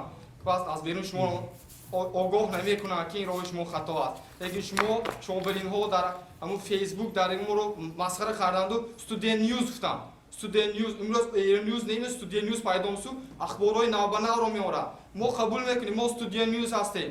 ما قبول میکنیم شما بهترین هستید. لیکن بهترین شما برای ملت چی فایده و یگان فایده برای تفریق اندازی و شما گفتید که ما برای صلح اولین دست دادیم. ما قاصد صلح هستیم. اگر شما قاصد صلح میشید امام علی رحمت در مذاکرات در حوزه جنگ نمیزید. حوزه‌ای که در آنجا جنگ میره و امام علی رحمت هیچکس کفالت جانی آن رو نداشت. لیکن شما جیغ زدید با این برگر میخواستید که در بین جمهوریتی من امام علی رحمت حکومت ناومد و ما آنها با ما صلح راضی نیستن. لیکن حکومت پرزیدنت کشور جناب علی وعده خود به ایستادن وعده جوانمردانه که من به شما صلح میارم. لیکن شما امروز هم تفریقه میانزید. لیکن اینا این کار نکنید. باز میگید ما حزبی مخالف هستیم. وظیفه ما این وای هست تنقید حکومت. خوب تنقید کردید این حزبی مخالف نیست. شما هم ملت ما هستید. شما برای چی این پیشروی نظر نمیگیرید؟ فقط تنقید با دیگه چیز نیست. ما با اون امید اومدیم که ما با شما بحث کرده باشیم. با اون اومدیم که با شما بحث بزرگ باشیم که شما یه بار گفتن ما جوان هستید. و ما با بهوری گفتم بهتون که شما تنها یک سیاستمدار ورزیده بلکه یک حجنگار خوبی هستید. حجنگار شما در آن است که شما در برنامه تلویزیونی پیشنهاد کردن در آخر یک سخنی زیب گفتید تا یکم مرد در امان خدا باشه. من افتادی هستم تا یکم مرد در امان خدا باشه بعد یکم در امان خود باشه گفته بودید شما تا یکم اون طرفای خود استفاده میبرید بعد یکم نیست اونها تن نمیگه من شما نمیشتم میگید این یک و این شما هستی متد شما هست که با ما اشو گرفتن هستید و شما در دوره‌های وزنی طرفای خود میپرتوید. مثل رفشون انتخاب پرزیدنتی ترکیه رفتید. مثل رفشون در جنگ شهروندی. شما فهمیده باشید ما جامعه اومدیم که خودро ҳимоя намоед. Он таҳқире ки шумо аз ҷони шӯрш аст, мо худро ҳимоя намоед. Мо ҷони созандаи ватан ҳастем. Мо идеи солиме ки ҳам дунявия, ҳам исломия дорад, омӯзиш ёфтааст. Он соф тоҷикӣ аст, соф номиллӣ аст. Он олудии дигар идеяҳое нест ки дигар онро таъриф кунанд ва худи худашудагӣ таъриф кунанд. Умед дорам ки шумо қувват доред ки ҳамон идеи ки доред онро аз сери худ дур мекунед.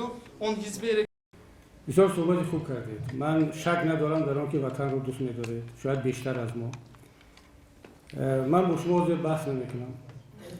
فقط همین میگم که در هفته‌نامه تاجیکستان من هیچ چیز نگفتم. نه خواهش میکنم. من گفته ایستادم. شاید در جای دیگر باشد شما خطا فهمیدید یا مخصوص هفته‌نامه تاجیکستان گفته ایستادم که در اونجا نگفتم. یک جمله که ژورنالیست‌ها پرسیدن من گفتم که بله از نام 8000 چند دانشجو 8650 دانشگاه خوجند همین خیلی مرتوب به ما رسید. من درخواست کردم که واخوری منو با دانشگاه خوجند تشکیل کنن، رفته صحبت میکنیم، میشنوم. بسیار خرسند هستم که امروز همین فرصت دست داد و یک قسمی از دانشجویان نمایندگان دانشجویان در اینجا دیده ایستادیم. در آینده هم آماده هستم که همچنین هموطن شما رفته در دانشگاه در هر جای دیگر صحبت کنیم وقتی این همکاران و وکیلان دیگر رو نگیریم چون نامزدا هست یک لحظه حاضر من خواهش میکنم معلش یک کار دیگر کنیم من بسیار نه معلش هیچ گرم ندارم من دوست کنید این واخوری چندم است ما یک جا 3 دقیقه همین 4 دقیقه بسیار من وقت من دریغ شما نمیگیرم دیگه هیچ باید گوش کنید بحث کنید ببینید که محترم استاد کبیری گوش کردید فرمایید شما بسیار آشکارا سخن میرونید من هم میخوام به شما آشکارا سخن رونم ما نباید سالهای پردهشتی 1992 93 97 رو از خودی فراموش کنید که مردم تاجیکستان گرسنگی میکشید و به هر حال کسلی‌های ثروتمند دچار میشد. زیاد از 50,000 یتیمان بیخانه و درماندند. 36,000 زن‌های تاجیک بی شوهر ماندند. صدها دختران از طرف اجنبیان تجاوز کرده شده، کشته شدند. 150,000 فرزندان تاجیکستان را ما از دست دادیم. زیاد حکومت تاجیکستان فلج گشته بود. و زیاد از 1.9 میلیارد دلار آمریکایی قرضدار بود و در همان وقت دولت همسایه‌مان گفته بود من به خلق تاجیکستان رحمم میآید برای آنکه 100 ساله ها میگذرد و دولت تاجیک آباد نمیشود لیکن در مدت کوتاه‌تری دولت تاجیکستان آباد شد الحمدلله بعضی راهبران نهضت اسلام از نام اسلام سخن میزنند و بر ضد اسلام کار میکنند اسلام حزب ندارد. الحمدلله همه ما مسلمانه و امت محمد پیغمبر رسول الله هستیم. در وقت اتحاد شوروی نه زرگونه نه مسجد بود و نه مدرسه بابایان ما رکنهای اسلام رو اجرا کرده نمیدانستند. اکنون ببینید تمام شهروندان تاجیکستان رکنهای اسلام رو میکنند. شکرانه این دولت کنیم، شکرانه این سرزمین کنیم. من دیروز برنامه شما رو از شبکه یکمی سیما تماشا کردم. دعوای تاکیدهای شما رو شنیدم.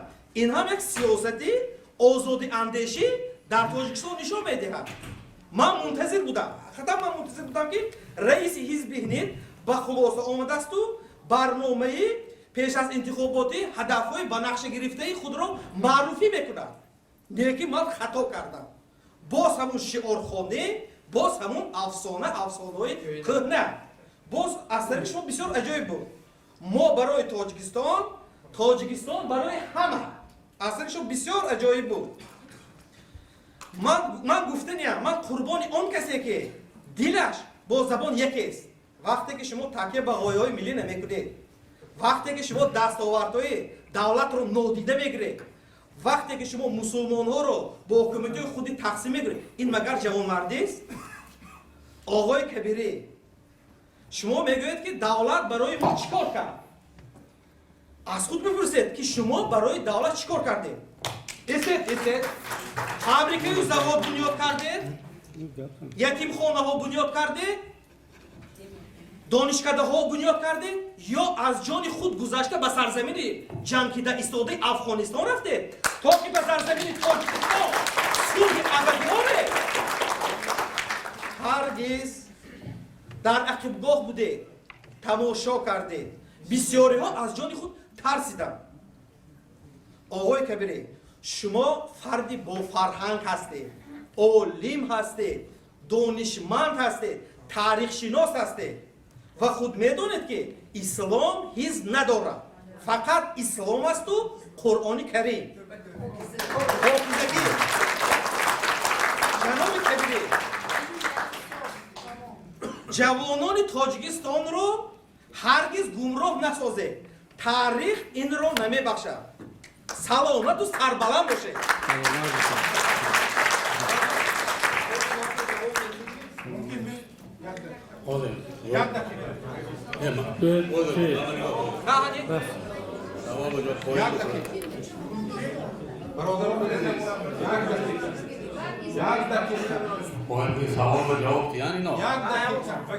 اینم سوال سنتیه بعد بسیم. آرام عزیز، مردم شهر خودم از مردم با فرهنگ، پیشرفته و صلح‌طلب همین نشان دادن در کار. نسبت اون گرداننده که حاضر کدوش سراغ من این تحقیر نسبت یک حزب سیاسی می‌دانم و پیش و دستاورد کلانترین مردم تاجیک همین جنده که تاجیکستان و صلح و وحدت همین دو تا دست دادگی. اگر اگر همین شما همین صلح والده دارید، همین من جناب کبیری من شما میگم یک همین شعر میگم، شعر اجرا میکنم. بعد درباره گوش کنید، التماس گوش کنید، گوش کنید. صلح والده درباره اگر همین شما شعر میگید، تاجیکستان فرزندانشون یک تا شعر میگم، همین شما اگر تاجیکستان شد آباد ای پسر، صاحب استقلال گشت ای جان و جگر، داد خدا شاه عادل را به ما، هم امام هم علی رحمانی ما.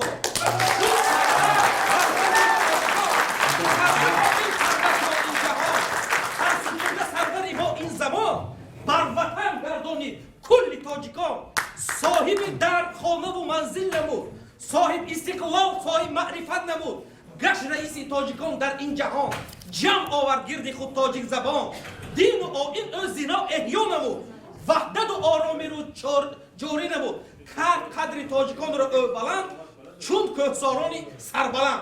همون جناب کبیر اگر شما همین زیگه ما شما همین وطن دوست داره بیدوزه یک تا شعری همین وقت عمل شما بود. سلامت باشید.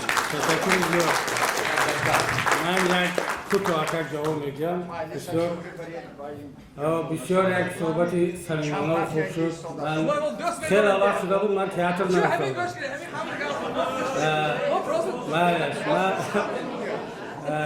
بسیار نمایش خوب، تشکر زیاد. فقط یک جواب میگم. سال 98 وقتی که با کشور ما، من خواهش میکنم یک جمله بگم، زیاد میگم. سال 98 وقتی که با کشور ما از بیرون بعض فرزندان ناخلف هجوم کردند، از اون جمله به شهر خوجندم. من نام نمیگیرم از کجا و کی هجوم کرد، همتون خوب میدونید. همین شهر شما انشاءالله که خوجندی هستید نه؟ همین شهر باستانی خوجندم تصرف کردن. من بسیار میخواستم که همین خیلی شعارهای آتشین، همین خیلی وطن دوستی، همین خیلی ملت پرستی همون وقت میشد، بسیار خوب میشد. همون مجاهدانی که میگه مجاهدان نهضت اسلامی تاجیکستان جان سپر کردند در پهلوی حکومت جمهوری تاجیکستان، پرزیدنت امامعلی رحمان آمدن شهر خوجند پنجکند دشمنان ملت را یک جایه با نیروهای مسلح جمهوری تاجیکستان از خاک وطن زده بیرون کردند. امروز صلح و ثبات برقرار است. من از این زیاد دیگر حرف نمیزنم. شاعر میگوید که آن نمن باشم که روزی جنگ بینی پشت من، آن منم کاندر میان خاک و خون بینی سری. هر کی جنگ آورد به خون خویش بازی میکند، هر کی بگریزد روزی جنگ به خون لشکری. خدا هیچ وقت بالای سر تاجیک مصیبت نیارد اگر خدای نکرده از اون حادثه شد، بعد اون وقت دوست و دشمن و وطن دوست و پاتریوت و خواهی رو اون وقت خواهید دید. در منبر، در نزد میکروفون گپ زدن، شعار پرتافتن، ملت دوست بودن همه میتواند، ولی در میدان عمل در روزهای دشوار کم کسانی را اثبات کرده میتوانند. تشکر برای همه صحبت‌هایی کرده. من آماده هستم که با شما در هر جا در هر حالت صحبت کنم، ولی حالا دیده ایستادم که گرادوسی مجلس یک کمی بالا رفته ایستاده است. اگر من مثل شما هم آتشین سخن گپ زنم دو طرفه میشد. این یک بی احترامی نسبت همکاران ما که اینجا منتظرن، یک قسمش حتی برآمد هم نکرده است. اما در مسئله حزب نهضت اسلامی تاجیکستان جمله آخر را میگم که این رو ملت تاجیک اجازت داد طریق رفراندوم کنستیتوسیا را قبول کرد. ماده 28 کنستیتوسیای جمهوری تاجیکستان اجازت داد. ما در وزارت عدلیه قید شدیم، طبق قانون جمهوری تاجیکستان درباره حزب‌های سیاسی عمل کرده ایستادیم. به هر کسی معقول هست یا نیست، رأی ملت، خواسته ملت، کنستیتوسیای جمهوری تاجیکستان برای ما بالاتر است. خواهش میکنم در خودتون اون کسانی که اسلامش هست و حزب شما هست اقلا همین اسلامش وای کنید. این در کنستیتوسیا هست. دوست عزیزم بیاید یک پیشنهاد دیگر دارم. یک پیشنهاد دیگر. روز دیوم انتخابات گذشت، هممون میشینیم. شخصا من خودم دعوت میکنم هر کسی که نسبت حزب نهضت اسلامی تاجیکستان گپ دارد میتونیم در دوشنبه، میتونیم در شهر خوجند میزگیر تشکیل میکنیم. پیشنهاداتون کنید، ما میآموزیم. اگر منم از حزب کمونیست خواهش کنم که خواهش میکنم نام حزبتون تغییر دهید، این حق آنها است. از حزب خلق دموکراتی هم خواهش کنم که نام حزبتون تغییر دهید، این حق آنها است. شما پیشنهاد کرده اجازه دهید که ما از حق کنستیتوسیونی خود استفاده کنیم. اگر قبول کردیم خوب، اگر نکردیم شما ما را عذر ما را بپذیرید. سلامت باشید. میمونم. سلامت باشید. یواز نمیکنیم. یواز نمیکنیم مادر. من بسیار خواهش میکردم که کسی که برنامه کردن میخواهد شما سخنی برای من نکنید. با هر وقت با شما صحبت کردن نمیتونیم. چرا به ما امر میدهید بس کنید سوال جواب کنید جان. من طرفدار که صحبت کنید. چه قدر میخواهید؟ خیلی آزادی سخن. نمی مامان که در دکلوف گوییم اون که ما رحمت گفتنی هستیم، مقصد پرسیدنی هستیم یا مسیحیت دادنی هستیم. نداریم که دهنی ما را شما من کنید. هر یک مهمان عزتش نگاه می‌دارد، صاحب خانه ازش زیادتر نگاه می‌دارد. من از نوع مادران گپ زدنی هستم. گرچه شما گفتید که رئیس از نوع خودتان گپ زدید، من همچون یک فوازن شهر خوجند درد دل مادران را خوبم نرز می‌دانم. آنها میگویند میرس هم آمده نمی‌توانم. امکانیت نیست. بنابر همین من گفتنی هستم که اولا گفتنی هستم فکر خودم را که در حقیقت درست هم گفتم. اسلام در یگان دوره حزب نداشت. یکی وای بود، وای هست میماند. یگان درجه مضمون وای کم نشد، قوتی وای کم نبود، همه مسلمان بودند که امروز ما مسلمان هستیم. لیکن که شما تأسیس دادید از کدام خاطر کدام جهت باشد، ما تنها گفتنی هستیم که فعالیت شما به چه روان کرده شده است. امروز که ما همچون مسلمان به یگان حزب محتاجی نداریم، احتیاجمندی نداریم، چون ما همین ارکان‌های اسلام را خدا ما میدونیم اجرا کرده است، الحمدلله میگوییم. بنابر همین هم ما محتاج نیازمند نیستیم. ولی یگان اعضای نهضت حزب آمده ما را راه حزب را یاد نداده است. ولی ما از اعضای ما یاد گرفتیم، ما همه مسلم هستیم، میمانیم تا مردن. و دیگری ما در خواهد میمانند که چرا از در حقیقت درست گفتن این مدل در پیش نشسته که همین آن نشان میدهند از تلویزیون آن مجله ها میبراید در همان جای ما میبینیم که میشنویم اساسا وقتی که به همان جهاد میروند البته تشکیل کردن آن تشکیل کننده آن از حزب نهضت اسلام شما این کار کردید، لیکن همین خیلی هست میگم فرق داره بود محترم. من همین تو به خدا دو تا سه تا یک تا دو تا دیاره در محله پیش وطن دو نفر اعضای گشتیان گفته گشتیان که ما با اعضا میشند که شرایطش وزنی گفتن نه برای یادم دادن ما مقصد ایها رو نظم میدانیم. من داشتم کاری ایها است و دیگر گفتنی هستم اون یکم دردی که مادرها را عذاب میدهد این است. یگانه سوال به شمایم، به اعضایان شمایم، از اساسا میرفتگان فرزندان خلقهای عادی هستند به همان جهاد. اگر شما به من بگویید همچون رئیس همچون انسان پاک اگر باشید بگویید که یگان فرزند شما جگربند شما یگان فرزند اعضاهای شما در همان جهاد اشتراک دارند حالا یگان تا چه هلاک شده آمده یگان مادری وقت ساخته نشسته است. پس چرا مادری بیچاره این خوجند و دیگر شهرهایی که باید در حقیقت مادری بیچاره است برای چی فعالیتش با خواهد کردن اذیت کشن؟ چرا آنها نمیرن؟ چرا فقط خلق بیچاره بیگانه شما یافته میگیریدون و ها رسوار میکنید؟ این درد مادران در همین خود بودگی هستند. این درد هست. این هست. برای آنکه همین خلق هم هست. و دیگر گفتنی هستند. یگان مسلمان اصیل معلم جان تروریست نمیشود. یگان تروریست اگر کشید که مسلمان نیست. وقتی از نام نهضت اسلام میرود در مسلمان باشد کنی تروریست شده است. باید هیچ وقت تروریست شده نمیتوانست. مسلم و تروریست این دو کلمه ای که مخالفی یکدیگرند. اینجاش رحمت و شفقت و وحدت هست، در آنجا جهالت و خیانت و کشتار هست. این چرا میشود که یک از دینی حزب نهضت اسلام و رفته در آنجا تشکیل میکنند میفرستند و مسلم است. مسلم نیست وای. و تروریست است. اگر تروریست باشد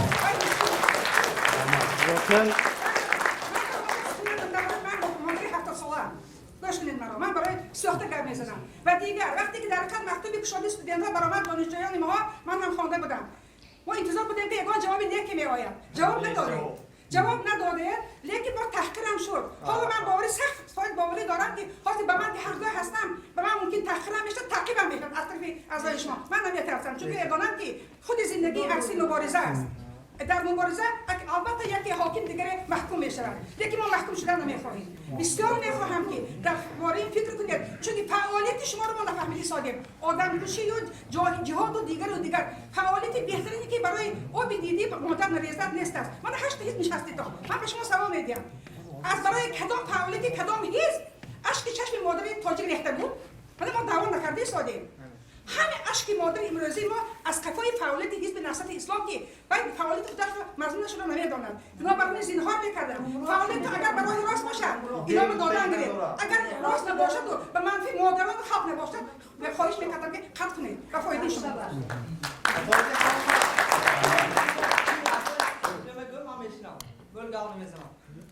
من یک جوان ولایتی سو هستم در دانشگاه عالی تحصیل دارم و همون نامه‌ای که ما شما فرستادیم یکی از اشتراک کنندگانش من هستم چون من بودم در آنجا.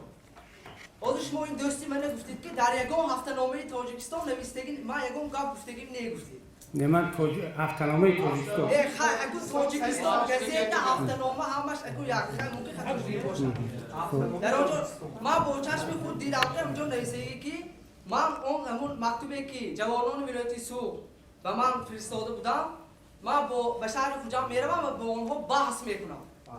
شما وای نکنید که ما مثلا میترسیم اکاری که دیگه ما اینه با دل و جیگری بوتون کردیم چون که فرد و سیاسی مملکت ما بی‌طرف نیستیم. چون که امروزه آرامیه که از تاجیکستان احاطه کرده است ما از این خرسند و ما همیشه خرسندیم. من چی گفتنیم؟ من شخصا آماده هستم که اون مکتوبی که ما شما نوشتیم هر یک جمله هر یک کلمه‌ای که در اونجا گفته است با کیم که نباشه من به بحث می‌دارم چون که فقط در اونجا دلیل است. همین دلیل جواب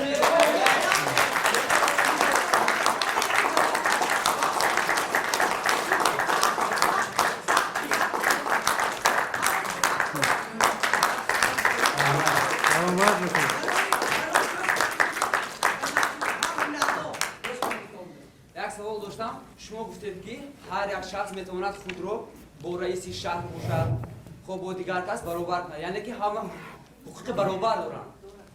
اکنون شما به شما سوال که در همون مکتوب هنگام جواب نوشتن شما گفتید که این رو دانشجویان نه این پروفسور و دکتران نوشتن.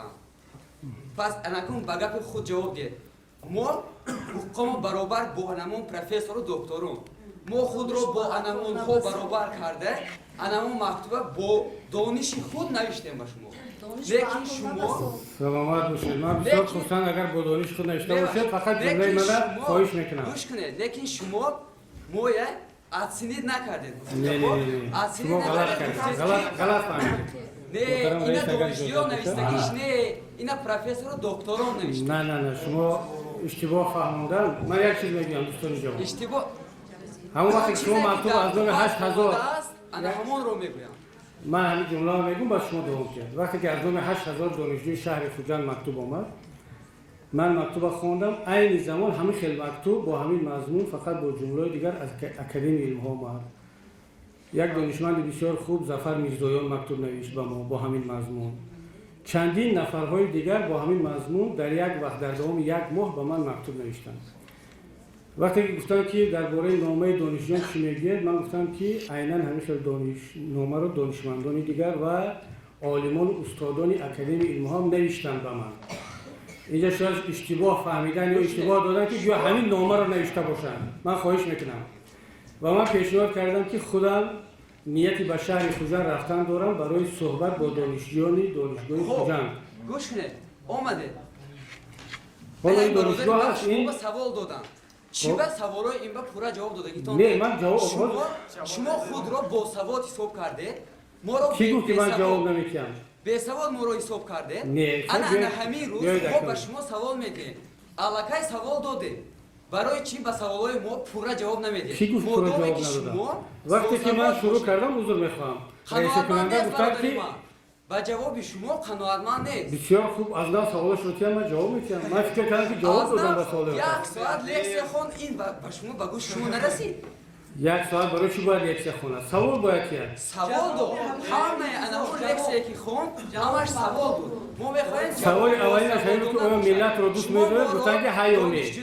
من با شعر جواب دادم یا جواب ندادم. شما وقتی که من پرسیدم اونجا شعر کدام شعر به نه ببینید من همین سوال‌ها رو جمع کردم گفتم با هم یک شعر جواب میدم. احتمال متد کوینی خود رو استفاده نبره. شما خدا سبحانه ما می‌سازیم همه همین میگه رحمت. لیکن متد رحمت سلام دوستان. سلامت باشید. رحمت. رحمت چی میگم؟ یک سوال تو محمد بارکیوی دیگر برای دیگر هم احترام کنم. بارکیوی دیگر برای من بعد سوال میتونم.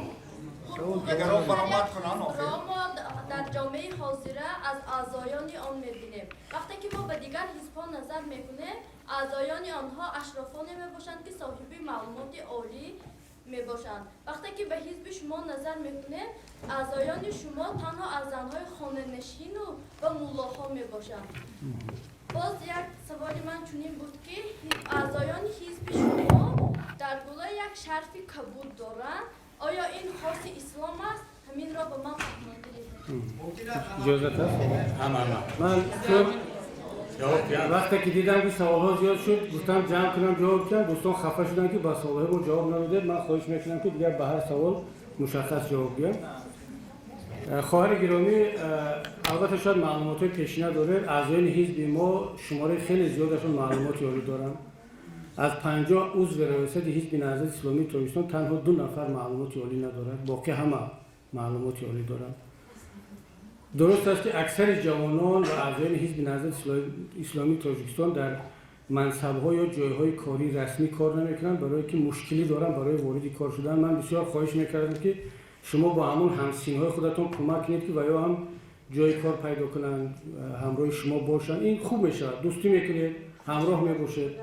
اما درباره رمز حزب واقعا برای جوانی که هست چند نفر دیگر شرف کبود دارن، شرف آبی یا آسمانی.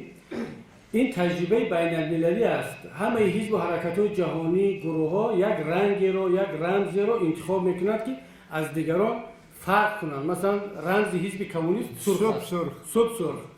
رمز حزب ما برای یک دوره انتخاباتی آسمانی یا آبی.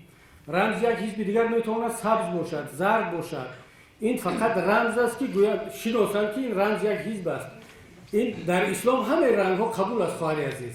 یگان رنگ با رنگ دیگر کمی و بلندی ندارد. ما میتونیم رنگ سبز بگیریم، رنگ زرد بگیریم، ولی گفتن رمز آسمانی صاف، رنگ آبی صاف، رنگ همین آبی بسیار زیباست، همین انتخاب کردیم. اگر با اکثریت مردم معقول نشد در انتخابات بعد یک رنگ دیگر رو انتخاب میکنیم. نگاه مشکل نداره خواهد. مرحمت لبای Tacikistan'ın basroş ne diye var? Şarfuy avratın teçandamı. Bucağın da Tacikistan'da hani kıl buldu. شرف همین شرف لباسی همه میپوشن. من میخوام آرایش‌های مگرد ریشه‌های میخوام نکنه درجه میترسیدی باسمتی موندم.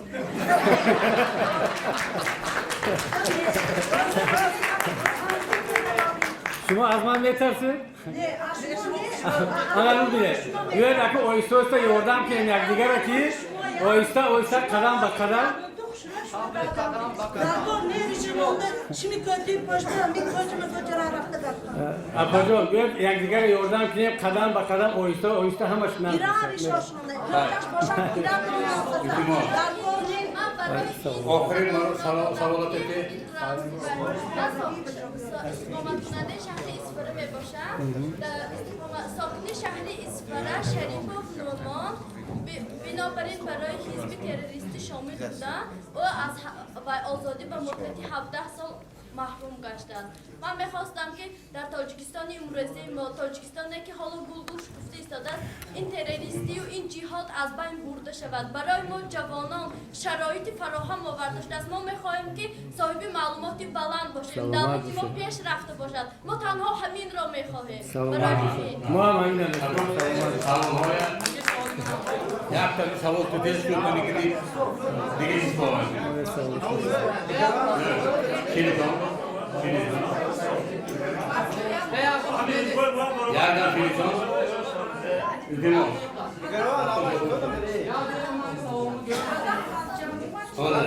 التماس جاتون شیلی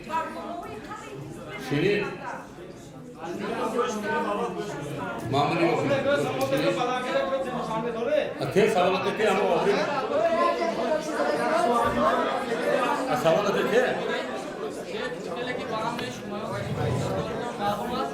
که از برآمدهای خود تاکید کرده بودند که راه انتخاب کرده حزب نهضت راه دینی نیست. زیرا در وقتش پدرم به من گفته بودند که پسرم از این راحت برگرد تو با این کارت به اولادمون اسناد میبیاری. ولی من نمیخواهم که در این افغانستان زندگی کرده در خاک افغانستان وفات میخواهم با وطن خود روم. ولی من به گفتگوی اون که از باور نکردم و آخر عاقبت از این کارهای کرده خود 100 بار پشیمان هستم. اگر پدر و مادر شما گویند که پسرم از این راحت برگرد راه انتخاب کرده تو نادرست است تو با این کارت با خودت با اولاد با اولادمون اسلام میبیاری گوید شما از این حزب نهضت دست میکشید یا نه؟ سلامت باشید. من خدا را شکر بگم که پدر و مادرم مرا طرز تربیت کردن که به همین حزب آوردن و من از اونها میnnتدار هستم در این دنیا در آخرت هم. تربیتی که پدر و مادر مرا کردن خدا رحمتش کند مادرم رفتن پدرم هنوز هم سایه‌شون بالای سرمون هست. مرا 3 چیز رو گفتن پسرم ندوست کار حرام نکن حق مردم نخور دیگر در زندگی طبق قانون هر چی که خودت میخواهی خواهشت است همون انجام ده. تا این روز الحمدلله که در پهلوی من هستن دعاگوی من هستن. اگر به شرط پدرم نصیحت کند مادرم نصیحت کند دلم رو میفهمونم یک صحبت همراهشون میکنم. اگر متقاعد کردن نتوانستم هر چی که پدر و مادر گفت چون پدر و مادر یک شخصیت مقدس هستن اون رو احترام میکنم. شاید که شرط نیست که انسان حتما گپی پدرش 100% چیکلی که میگه بگیره. یک پدر ممکن است پسر به جنایت تله میکند ولی طرز فرزندی این است که پدرش ناراحت نکند مادرش نرنجاند طرز مناسبت کند که مادرش یا پدرش از وی راضی باشد. من دوستی عزیزم با دیگر جوانانی که هستن راستی از این صحبت‌ها من بسیار خوشحال شدم برای یک چیز معلوم میشود که حزب نهضت اسلامی تاجیکستان رو خیلی خوب میشناختم خیلی خوب خواندم خیلی خوب درباره‌اش فکر کردم و ما یکی از وظیفه هر یک حزب سیاسی همین است که باید که طرز کار کند که جامعه درباره‌اش صحبت کند و یا خوانند و یا دانند بحث کنند. پس معلوم میشود که حزب مانند اوکراین هست برای همین میشناسم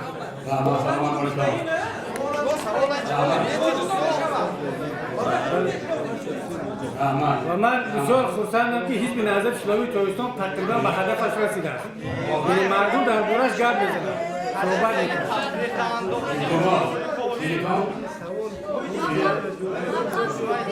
مرحبا رئیس من در شهر ماچو هم سوال دادن نتونستم.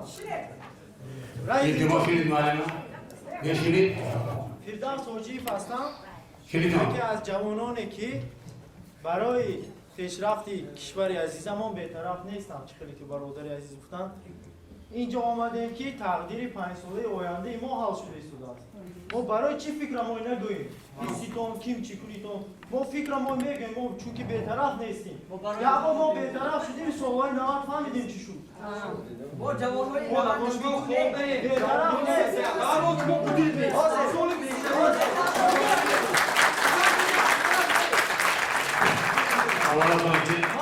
بخشید پیش از اون که سوال گفتم ما یک چیز میگم که با همه اختلاف نشود. حضرت حافظ میگویم که بنی آدم اعضای یکدیگرند. سعدی گفت. سعدی گفت. سعدی. سوال من چونی است. من همچون چیزی که فرق کردم جوانی که برای آینده بی‌طرف نیستم برای مطالعه برنامه حزب‌ها شروع کردم. من نمیگم که 100% مطالعه کردم فهمیدم، لیکن آن چیزی که مرا تشویش داد من پرسیدنی هستم. این حقوق کانستیتوسیونی من است. سوال من چنین است محیدین طلایی، شما راضی هستید که در برنامه پیش از انتخاباتی شما به آمده است که آیدی دست کشیدن از اصولهای کهنه و مناسبت اقتصادی، آن مناسبت اقتصادی که از خزانه خالی امروز با بودجه 16 میلیارد است، آن بودجه که آن مناسبت اقتصادی که اعضای سازمان عمومی جهانی سودا کردید، آن اقتصادیاتی که در یک سال قدرتی یکباره 60% برآوردن حد مزد معاش حد اقل است، آن اقتصادیاتی که در تمام جهان همچنین درست پیشنهاد شده است، شما در آنجا آمده است که با دست کشیدن از اصولهای اقتصادی کهنه. شما چی میگوید؟ من در محچاب برآمدتان گوش کردم محترم، با یک نماینده شما گوش کردم، عمل من نشوندم یگان عمل. سخنهای خوب البته بود، شعرهای خیلی مضمون بود، لیکن عمل ما وقتی که میگوییم ما میگوییم اینجا ما باید پیشروی کنیم، ما هم جایه و لیکن عمل باشد، سخن دل کردی یک باشه عمل. من گرفتم یک مکتب پشتم، من گرفتم یک درخش نخوندم، لیکن من عمل نشوندم. محیدین طلاییچ، من یکان تحقیر کردنی نیستم، این یک فکری، من یک سوالی عمل کجاست؟ عمل سلامت باشید. شد جواب کردن یا که سوال میکنه؟ سوال با جواب کردن میشه. جواب ندادم اون کسا. سوال من با پورگی وای جواب نداده. آیونه. خب ببینید دوستی عزیز، اینجا وای دوستی عزیز باید یک کار کنید. من خوجند را نقل میشناسم، مردم خوجند را خوب میشناسم. رئیس محترم، من مردم خوجند، فرهنگ مردم خوجند، تمدنش خوب میشناسم. مطمئن باشید حتی بعد این جلسه هم فکر من درباره مردم با فرهنگ خوجند تغییر نخواهد کرد. هر کسی کوشش کند که از خوجند و خوجندی ها یک نمونه دیگر نشان دهد موفق نمیشود، چون من خوجند رو با کمال خوجندیش میشناسم، خوجند رو با تاریخش میشناسم، خوجند رو با خوجندی ها و با مردم سعودی که امروز در تمام سمت ها کار کردن میشناسم خوب. این جلسه ها رو من میدونم، ما خوب و گنده گفتم که شاگردی داریم در نزد استاد شاید دولتش 10 سال شد. این جلسه ها هستن میشوند. دوستان عزیز، بعد دیوم مرد ما همون باز دوست و برادر و خویش و تبار و هموطن میشویم. این بحثا میموند، این بحثا همینجا میموند. من یک خواهش دارم، بگاه وقتی که برمیگردیم ما هم میریم بعد 2 روز دوشنبه، شما هم خانه ها میریم، دوست جوانم، شما دوستم، این برادرانم میگم هموطن، به یکون سیاست یک مرتبه نزد آینه هم شرط است. خودتون با خودتون فکر کنید، بگید که من همین سوالها رو با کبیری دادم یا برای حزب نهضت دادم، بحث کردیم، گفتیم، دلمون خالی شد. آیا کاری خوب کردم یا کاری بد؟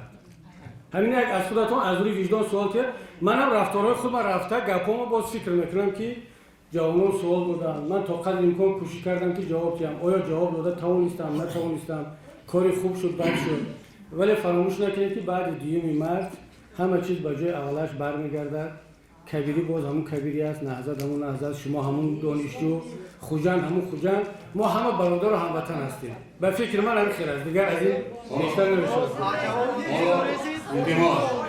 Oğuz Xan, İltimos, Oromay nigah dardam, Şinitan.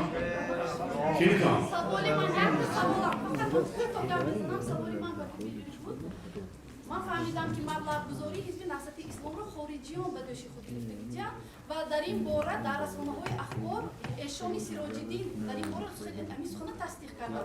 از این لحاظ من به چنین فکر بودم و شما سوال داشتم که آیا حزب نهضت اسلام اگر به تامینات احتیاج باشد مگر دوام دادن فعالیت اون احتیاج دوام دادن آیا ممکن است؟ انا چی سوال برای سلامت باشید. من جواب میدم طبق قانون جمهوری تاجیکستان درباره حزب‌های سیاسی مبلغ همه حزب‌های سیاسی همین 8 حزب سیاسی از حساب سرچشمه‌های داخلی هست. از حقی خیریه ها و دیگر نمود فعالیت‌های اقتصادی و مالیاتی که قانون منع نکرده است. حتی یک دیرم هم از بیرون گرفتن جنایت است. از کی باز سخن ایشان سراج‌الدین دلیل و فکت شد. ما این چیزا خوندم. می‌فهمید منم خوندم که از کی باز نماینده یک گروه سلفی که از طرف حکومت جمهوری تاجیکستان اکستریمیستی اعلام شده است و همون آدم با تهمت سلفی بودن زندانی شده است، امروز از زندان میبرد و میگوید که حزب نهضت اسلامی تاجیکستان که هیچ وقت اعضای حزب ما نبود این تهمت ها را میکند. این برای دیگران دلیل میشده است. یک آدمی که در زندان شده است. خواهر عزیز، من آدم رسما به شما گفته شدم تاجیکستان پروکراتور دارد، مقامات امنیتی دارد، میلیسیا دارد. اگر یک تین از بیرون وارد شود وزارت عدلیه در مکتوب می‌نویسند به سوی مراجعه میکنند که بسته شوند یک تین. ولی وقتی که یک آدمی که خودش برای عملهای ضد قانونی زندان شده است و برآمده در مطبوعات دولتی یک تهمت میکند، گپی وی برای شما برای یک آدمی با سواد با معلومات دلیل شده است و به من میگه که ایشان سراج‌الدین گفت. ولی ما همین چیز خوندم حیران شدم که حیران نشوید، این تهمت است. این دروغ است. سلام داشتم با آقای سخن و نماینده حزب دموکرات تاجیکستان یولداش جبار داده بشه. رئیس حزب سازمان مدیریت حزب دموکرات تاجیکستان Olduğunu egozortun üstünden boş diyor. Olduğu kucağında boy nokta mı şey? Bazı yakın bu ama. İltimos, Oromay nigah dardam man. Man, این او گفتم ما نه. گفتم من حاضر. یه. چه تابع نمی‌کنه. کدام وقت تام کدی ها؟ خیلی که میدونه میبخشم. اندگر حرمت کنید. من حاضر میشم. ما برآمد حزب دموکراتیک تاجیکستان سال 1990 از طرف کمیته تدارکاتی 10 آگوست تأسیس داده شد و سال 1991 21 ایون از قید وزارت عدلیه گذشت. حزب دموکراتیک تاجیکستان یکی از حزب‌هایی که میباشد که طرفدار ساختن جامعه دموکراتیک حقوق بنیادی دنیوی یگانه میباشد و تا امروز خیلی که 50% آن آرمانایی که ما داشتیم جامعه عمل کشید. همون سالهای 91 که نماینده حزب ما هماننده اصلدین صاحب نظروف بازار ثابت نماینده پارلمان بودند. همون وقت ما از طریق تلویزیون میدیدیم که چطور آنها جامعه دموکراتی را ترغیبات تشویق میکردند.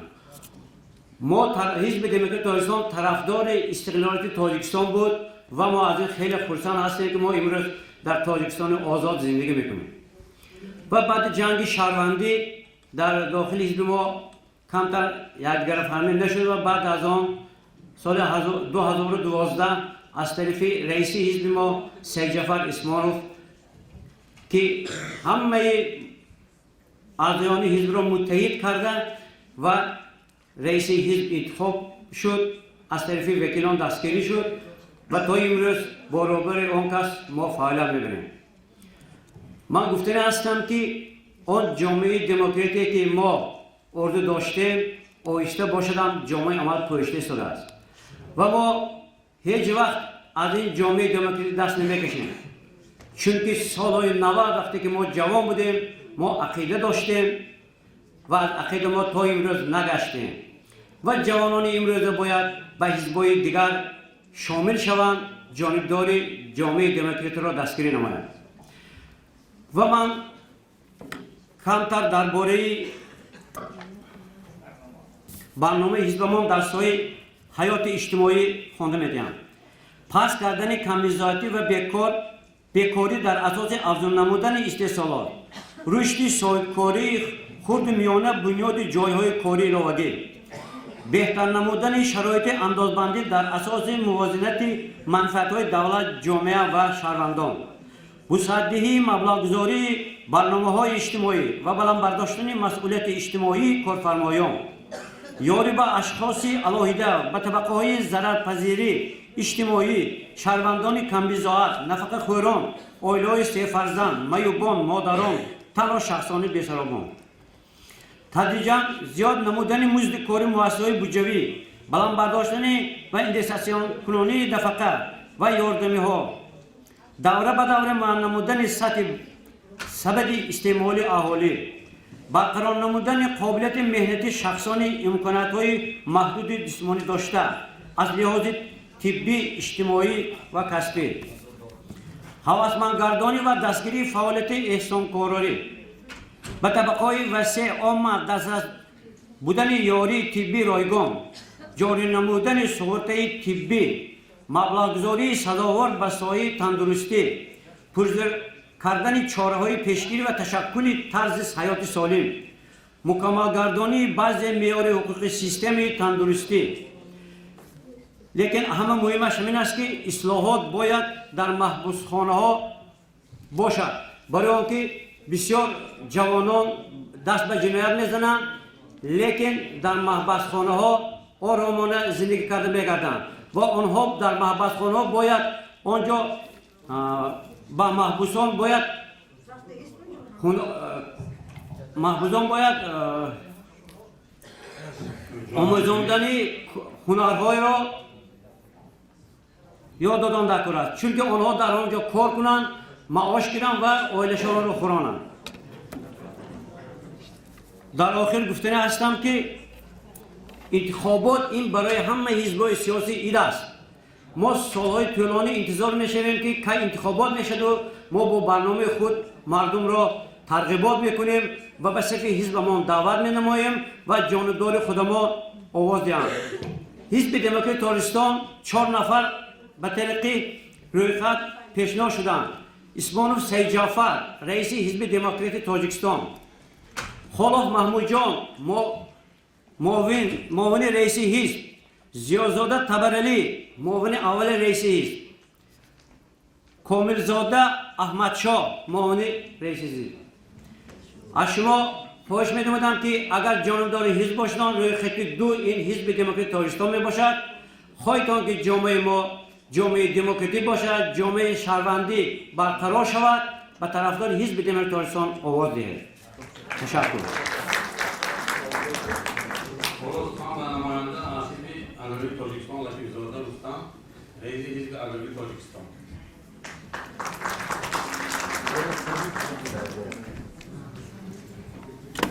تشکر زیاد. بار دیگر السلام علیکم دوستان، برادران، مادران، خواهران عزیز. نوبت ما از روی الفابت اگر میشد ما اول میشدیم گپمون نمیگفتیم، لیکن تشکر به دوستا و برادران ما که اینجا قسمت زیادی برنامه‌ای حزب اگرایی تاجیکستان رو گفتن و البته کاری ما رو آسان کردن. من پیش از همه میخواهم با شهرداری و کمیسیه حوزه‌ای شهر خوجند رقم 13 مینداری بسیار نمایم که چون یک شرایطی مناسب فراهم آوردن و با شما هم یک مینداری به پایان که وقتی خطانه ضایع ندونستین امروز اینجا برای صحبت حاضر شدیم. البته یک فضای خوبی گفتگو هم شد و کمی هم باشد با احساسات هم داده شدیم، لیکن فکر میکنم که این خوب است و من وقتی که ببینم جوانان ما از سیاست چنین آگاهی دارن افتخار میکنم. لیکن نه با مقابل برادر ما میدین کبیری، بلکه از آن که ما البته فکری آینده ملت هم میکنیم، ثبات کشور هم میکنیم. باور کنید همه حزب‌های سیاسی هم مقصدشون همین است و از برنامه حزبی هر یک حزب سیاسی هم همین مقصدها و هویدا هستند. حزب اگرای تاجیکستان حزب جوانترین حزب جمهوری است. امسال حزب ما 10 ساله می شود. ما نوبسته به جوان بودن تجربه یک خوب هم کسب کردیم و از حزب‌های دیگری سیاسی جمهوری که فعالیت بسیار هم سابقه خوبی کاری سیاسی دارند تجربه هم بسیار آموختیم. امروز دو نفر از اعضای ما در پارلمان کشور فعالیت دارند و اینجا برادران قید کردند که ما هم در تحکیم قانونگذاری در تجدید قانونگذاری جمهوری تاجیکستان سهم هم گذاشتیم و انشالله اگر شما جانیداری کنید این کار را ما ادامه میتیم و مقصد اساسی که ما البته هر یک حزب سیاسی در اینجا مقصد نجیب دارد، اینم رشد تاجیکستان عزیز است، بهتر کردن شرایط زندگی مردم است و ما با این مقصدها خواهیم رسید. حزب اگرای تاجیکستان حزب معلمی دهات، حزب زیایی، حزب دکتران، طبیبان، حزب دهقان اصیل، حزب هر یک شخصی می باشد که نعمت‌های زمین و خود زمین را و نعمت‌های الوان آن را قدر می‌کند. حزب اگرای تاجیکستان حزب هم فردایی می باشد که شخصانی می باشد که رشد تاجیکستان عزیز را در احیای دهات و دستگیری کردن سوهای کشاورزی می‌بینند. این برادران اساسی واقعی دارد. یک از 3 هدف استراتژی نویل شدن بر رشد استوار اقتصادی در جمهوری این تامین امنیت عضوقواری دانسته شده است. مردمی دهات خودی کشاورزان دهقان همه اینایی که با سوهای اگراری سر کار دارند من فکر میکنم اینو اساسی زمینه اساسی تامین کننده امنیت عضوقواری کشور میباشند. امروز در مجموع محصولات داخلی حصه سوهای اگراری سوهای کشاورزی با مراتب زیاد است. همه سالا 21 تا 23% تشکیل میدهد که از دیگر بخش‌ها صنعت، انرژتیک، ساختمان، خدمات رسانی، نقلیات با مراتب زیاد است. بنابراین ما ضرور می‌شماریم که سوهای اگراری، دستگیری دهات، رشد سوهای کشاورزی باید در سیاست دولتی در اولویت یعنی در صف اول قرار داده شود. امروز بسیار سخنان وقتی که میکنیم در بعض جواب سوالات هم پیدا میشود که مقصد شما این صرف اگراری کردن جمهوری است. نه، برعکس مقصد ما صرف اگراری کردن جمهوری نیست و ما جانبداری دعوت پرزیدنت مملکت در پیام پارسالشان که ما باید تدریجاً کوشش کنیم که تاجیکستان را از دولتی اگراری صنعتی به دولتی اندوستریالی اگراری تبدیل دهیم. این البته کاری آسان نیست. این نقشه و چاره‌بینی زیادی ما باید تهیه کنیم و آن رو قدم به قدم عملی سازیم تا به این مقصدها نائل شویم. امروز در جهان یک مرحله پرشدتی و ناگواری تامین امنیت عضوقواری پیدا گشته است. درباره اینکه چقدر فایز اهالی در کره زمین گرسنگی میکشد این چی ما را انتظار است شما خوب میدونید. لیکن یک از حادثه هایی که ما امروز دیده ایستاده این واسطه فشارهای سیاسی و تهدید و زورآوری در مناسبت های بین دولتی گشتن استحصال و تجارت مواد عضوقه اینا ما علاقه مشاهده کرده استیم. این تحریم و این محدودیت هایی که امروز از طرف اتحادیه اروپا و آمریکا نسبت به روسیه شده ایستاده است و با این دولت اثرات زیاد وارد کرده شده ایستاده است و کریزیس بسیار هم جدی شده ایستاده است. البته این ما حس کرده استیم و تاثیر ناگزیر به جمهوری تاجیکستان هم رسیده ایستاده است. چون که تعداد زیادی شهروندان ما در این کشور کار فعالیت میکنند، زندگی میکنند و ما با این دولت بزرگ مناسبت اقتصادی داریم، شریک سیاسی ما است و البته تاثیرش ناگزیر به ما هم میرسد. بنابراین ما ضرور شمردیم در برنامه خودم جا کردیم که دولت، حکومت جمهوری تاجیکستان، وزارت‌های داخلدار چاره‌های ضد بحرانی در حالت امروز به عمل آمده اندیشند و آن را عملی نمایند. امروز برنامه زیگی بورانی قبول شده است و امید داریم که ما این نقشه رو این سمت رو در برنامه خود قبلا جا کرده بودیم و من خوشبختانه چنین برنامه هم تهیه شده است و امید داریم که این با کم کردن تاثیری منم گفتیم خیلی بورانایی که از دیگر دولت‌ها میشن با ما مساعدت خواهد کرد. امروز عالمان متخصصان مشاهده کردند و تحلیل کردند که اگر از 25% حصه محصولات در داخل دولت استحصال شده اگر از خارج وارد کرده شود این حد نهایی تامین امنیت عضوقواری و اگر از 50% زیاد این خطر جدی به امنیت عضوقواری دولت میباشد. امروز در جمهوری خوشبختانه اکثر محصولات ساحه کشاورزی به قدری به معیارها جواب بود استحصال میشد، لیکن متاسفانه بعضی نمودها و از آن جمله نمودهای اساسی مثلا گندم، روغن، گوشت و محصولات گوشتی با مقدار زیاد از خارج وارد کرده میشد که این تهدید زیاد به امنیت عضوقواری. از طرف دیگر این تهدید زیاد به بازارهای ما با یک ضدیت یک برخوردی بسیار منفیت در بازارهای ما نسبت به استحصال کنندگان وطنی است و ما باید چاره‌های پیشگیری کننده این حالت‌ها را اندیشیم.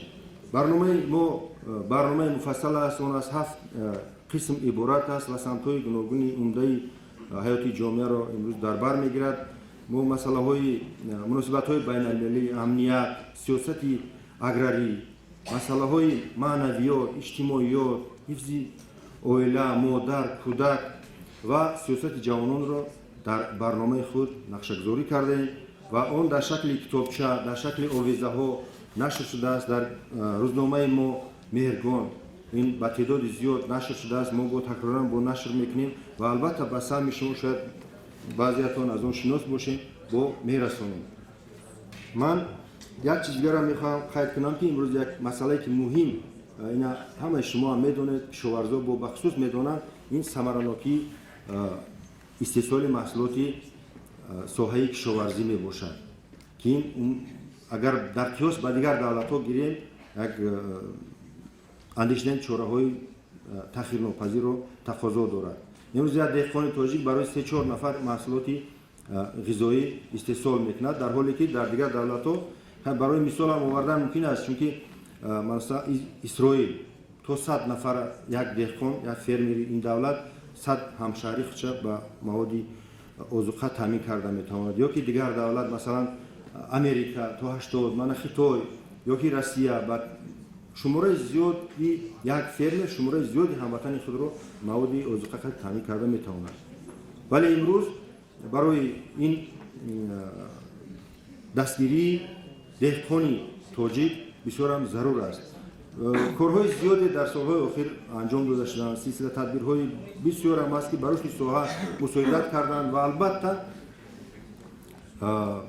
تشبثکاری اساسی آنها پرزیدنت مملکت محترم امامعلی رحمان میباشند که خودشان از زحمت دهقانی، از حیات دهات بسیار هم خوب آگاه هستند و دائم پیوسته کوشش میکنند که این سمت، این ساحه دستگیری کرده شود.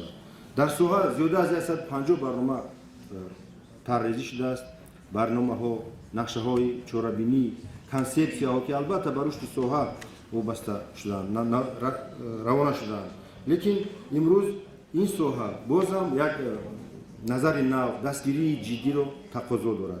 در دولت‌های بزرگ مثلا در بسیار دولت‌ها با مثال آوردن ممکن است که شرایط اقلیمشون نظر به تاجیکستان ناگوارتر است برای ساحه کشاورزی.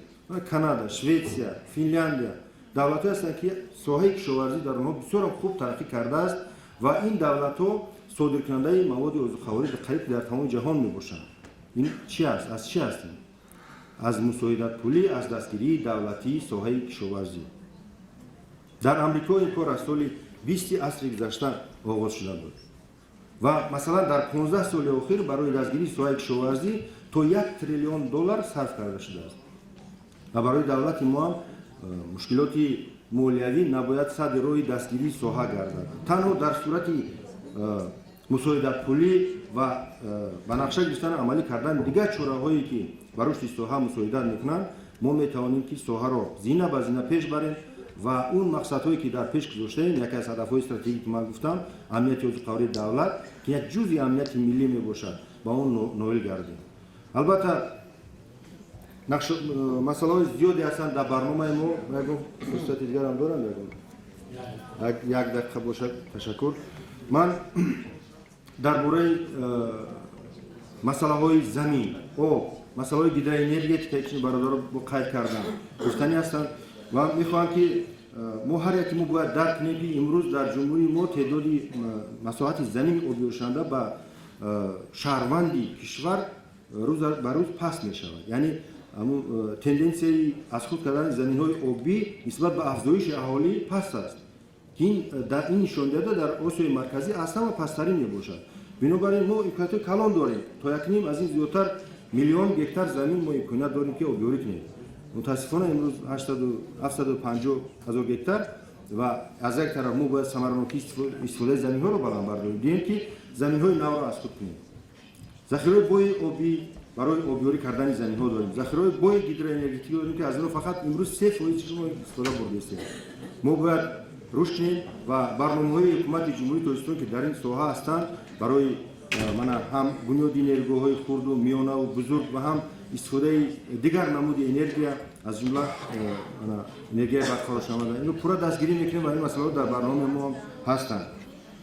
حاضرین گرامی ما مسئله مهاجرت هم در برنامه هستیم چون قریب 80% مهاجران از دهات هستند. این گفتیم که جوانان ما بیکار میمونند فریفته میشوند به هر حزب و حرکت ها و به هر خیل دولت ها میروند. من خواهش میکردم و استفاده میکنم که این اساسا به دهات داخل دارد. برای ما میخواهیم که دهات کشور دستگیری کرده شود، ساحه کشاورزی دستگیری کرده شود چون که شاعر میگه که جهان رو خورمی از دهقان است از او گذر گاهی بوستان است.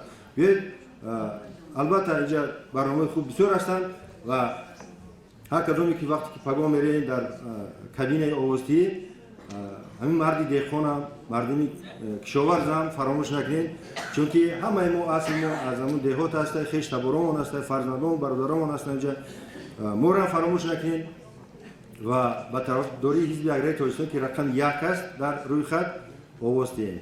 گفتم همتون صحت و سربلند رو در پناه خدا باشید. تشکر.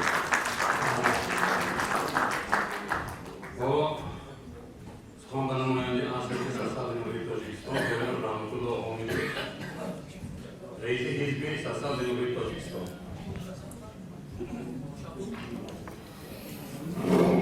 السلام علیکم عزیزان دیر. من بسیار میخواستم که از یک طرف کمتر آرام شوید از دیگر طرف بیدار شوید. وقتی که آدم با قهر و غضب میبود چشمش پوشیده میشه و دیگر گوش کردن نمیتونن. ما بسیار گوش میکنیم شنویده نمیتونیم. برای میخواستم برآمدم رو تماما دیگر خیل به شما بیان نمایم. از بس که اینجا چند بحثا شد من بسیار خوشبخت میشدم که اگر در پارلمان تاجیکستان اندیشه های گوناگون و فراکسی های گوناگون همین گونه بحث میکردند. نه تنها یکتا وقتی که رقابت پیدا میشد. اینو برای چه دائما میگم در هر سفر تکرار میکنم باید هر یک مقامات هر یک شاخه حاکمیت دولتی فونکسیون خود را اجرا کردنش در کار. بیهوده نیست که ماده 9 کنستیتوسیون جمهوری تاجیکستان حاکمیت را به 3 شاخه تقسیم کرده است. حاکمیت اجرایی باید ترتیب انتظام باشد، قانون ها اجرا شوند. در حاکمیت سودی دائما عدالت سودی باشد، قانون رعایت شود. و در پارلمان باید دموکراتی باشد. برای دموکراتی شدنش گوناگون اندیشی تحمل پذیری شدنش در کار. در دیگر حالت هیچ وقت پیشرفته نمیتونه. غیر از این اون چیزی که اینجا بحث شد من همچون حقوق شناس دو سه عقیده رو گفتنی بودم. این هم چیز برنامه‌ای است. در کنستیتوسیون جمهوری تاجیکستان و ماده 15 کودکس مدافع جنایتی یک پرینسیپ است. پرینسیپ احتمالیت بیگناهی. وقتی که حالا نسبت کدومی که شخص نباشه و نماینده جامعه شهروندی حزب سیاسی نهضت اسلام یا سوسیال دموکرات جنایت را پورا تفتیش پیشه که انجام نشده است و تفتیشات سودی گذرانده حکم قبول نشده است و حکم اعتبار حقوقی نگرفته است و یک جنایتکار گفتن ممکن نیست.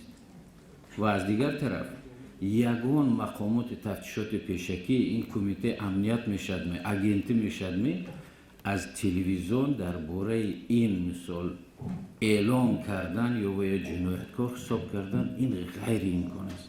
این قانونشکنی است. اگر ما خواهیم که وقتی که اعلام میکنیم که ولایت قانون حرمت احترام قانون حقوق دیگر آدم ما باید اینا سر اول از مقامات دولتی و از دیگر طرف اون شخصانی که همین چیز را صادر میکنند یا که صادر کردنشون حال اثبات نشده است یا اثبات شده است روایت کرده شده نشده کنیم. همین وقت ما قانون را تامین کرده میکنیم. و دیگر حالت داشته است. امروز خوشبختانه روز عاشقان است.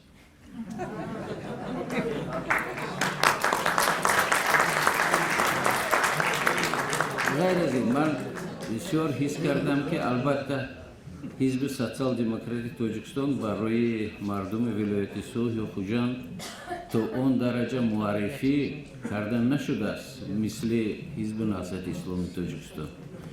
منم بسیار میخواستم که شما هم عاشق حزب سوسیال دموکرات باشید.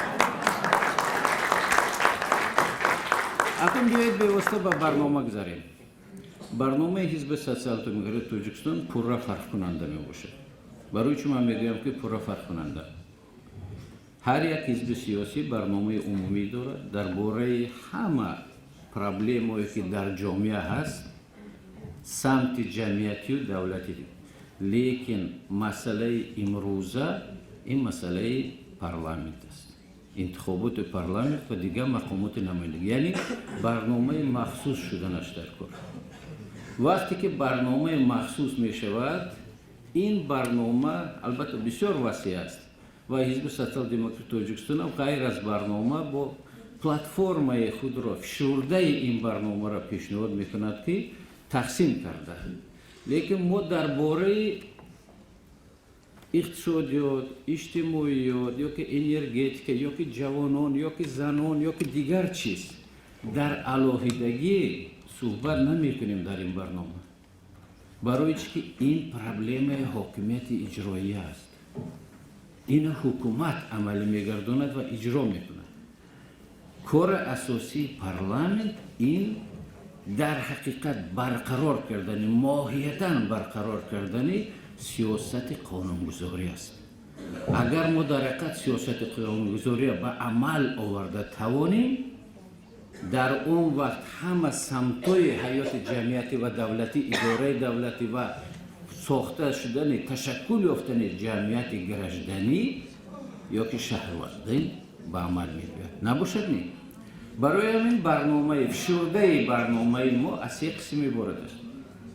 قسم اول ماهیت این برقرارسازی سیاست قانونگذاری. در اینجا 4 سمت اساسی است. یکم در دست کیست امروز سیاست قانونگذاری.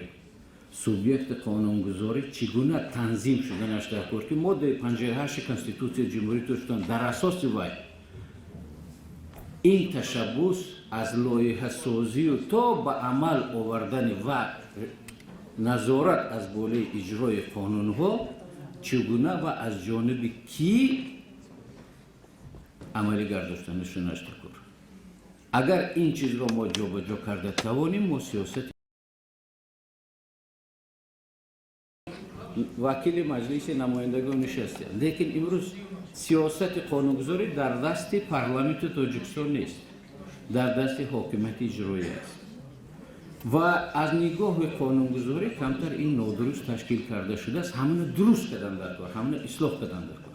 من بینید دیترین چیز من هر سفر تاکید میکنم که برآمد میکنن میگویند که ما اندازبندی کم میکنیم یا که ما انرژی که دیگه بمیم، لیکن انداز که یگان وکیل مجلس نمایندگان مشغول شدن یا لایحه قانون پیشنهاد کردن حقوق ندارد.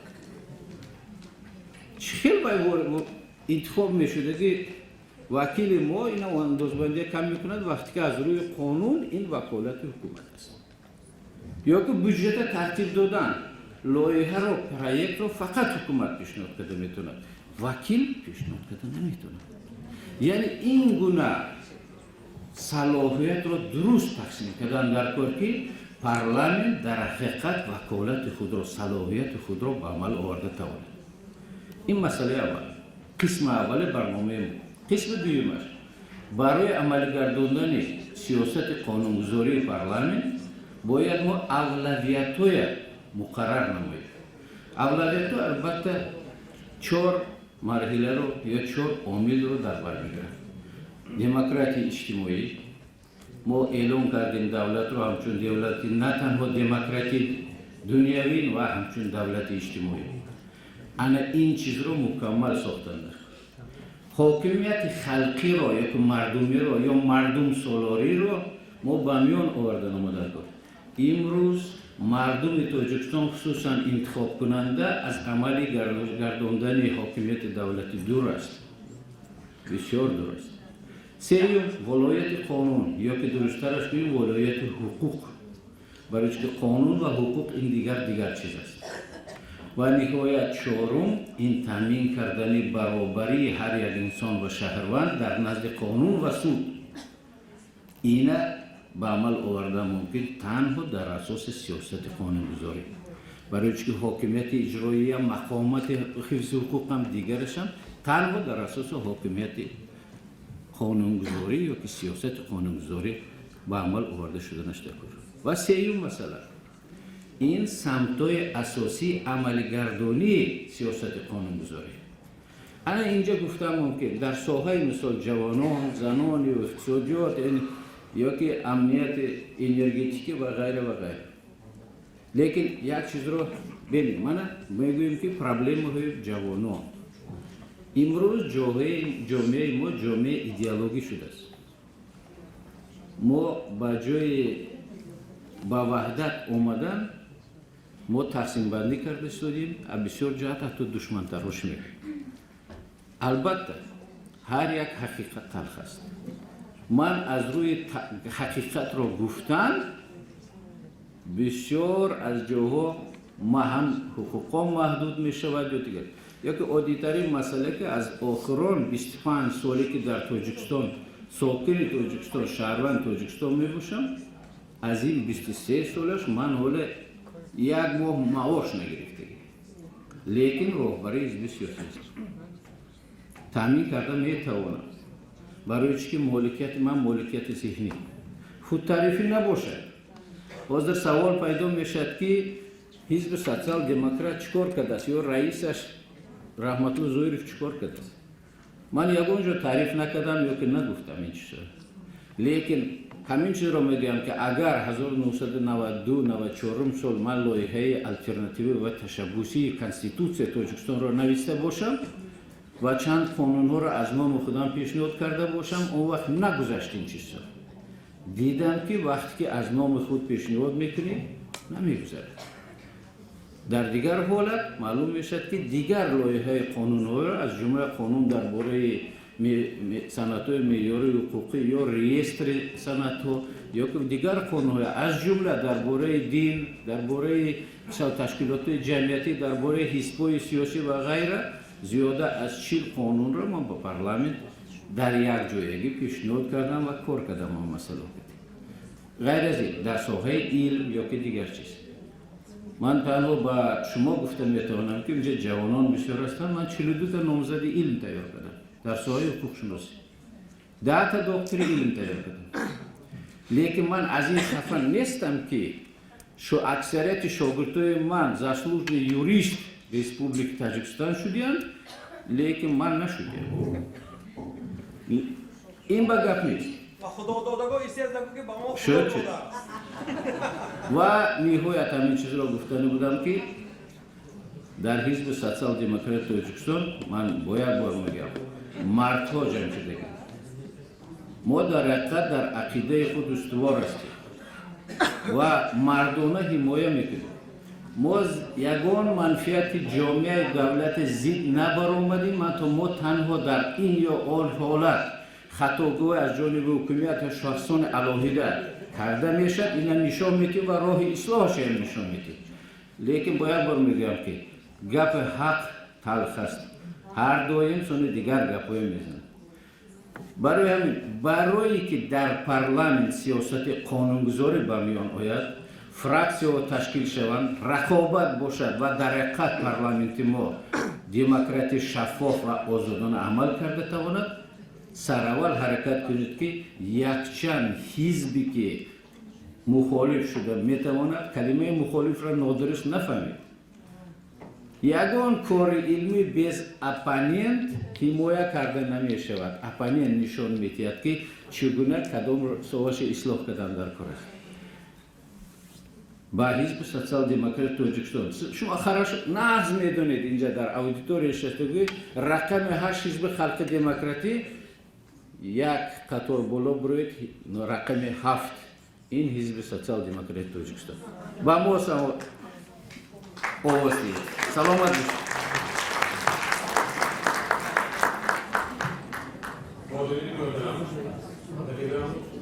و همین باقری این روزه رو به آخر میرسونیم و هم قرار کاری با هم سلامت باشید.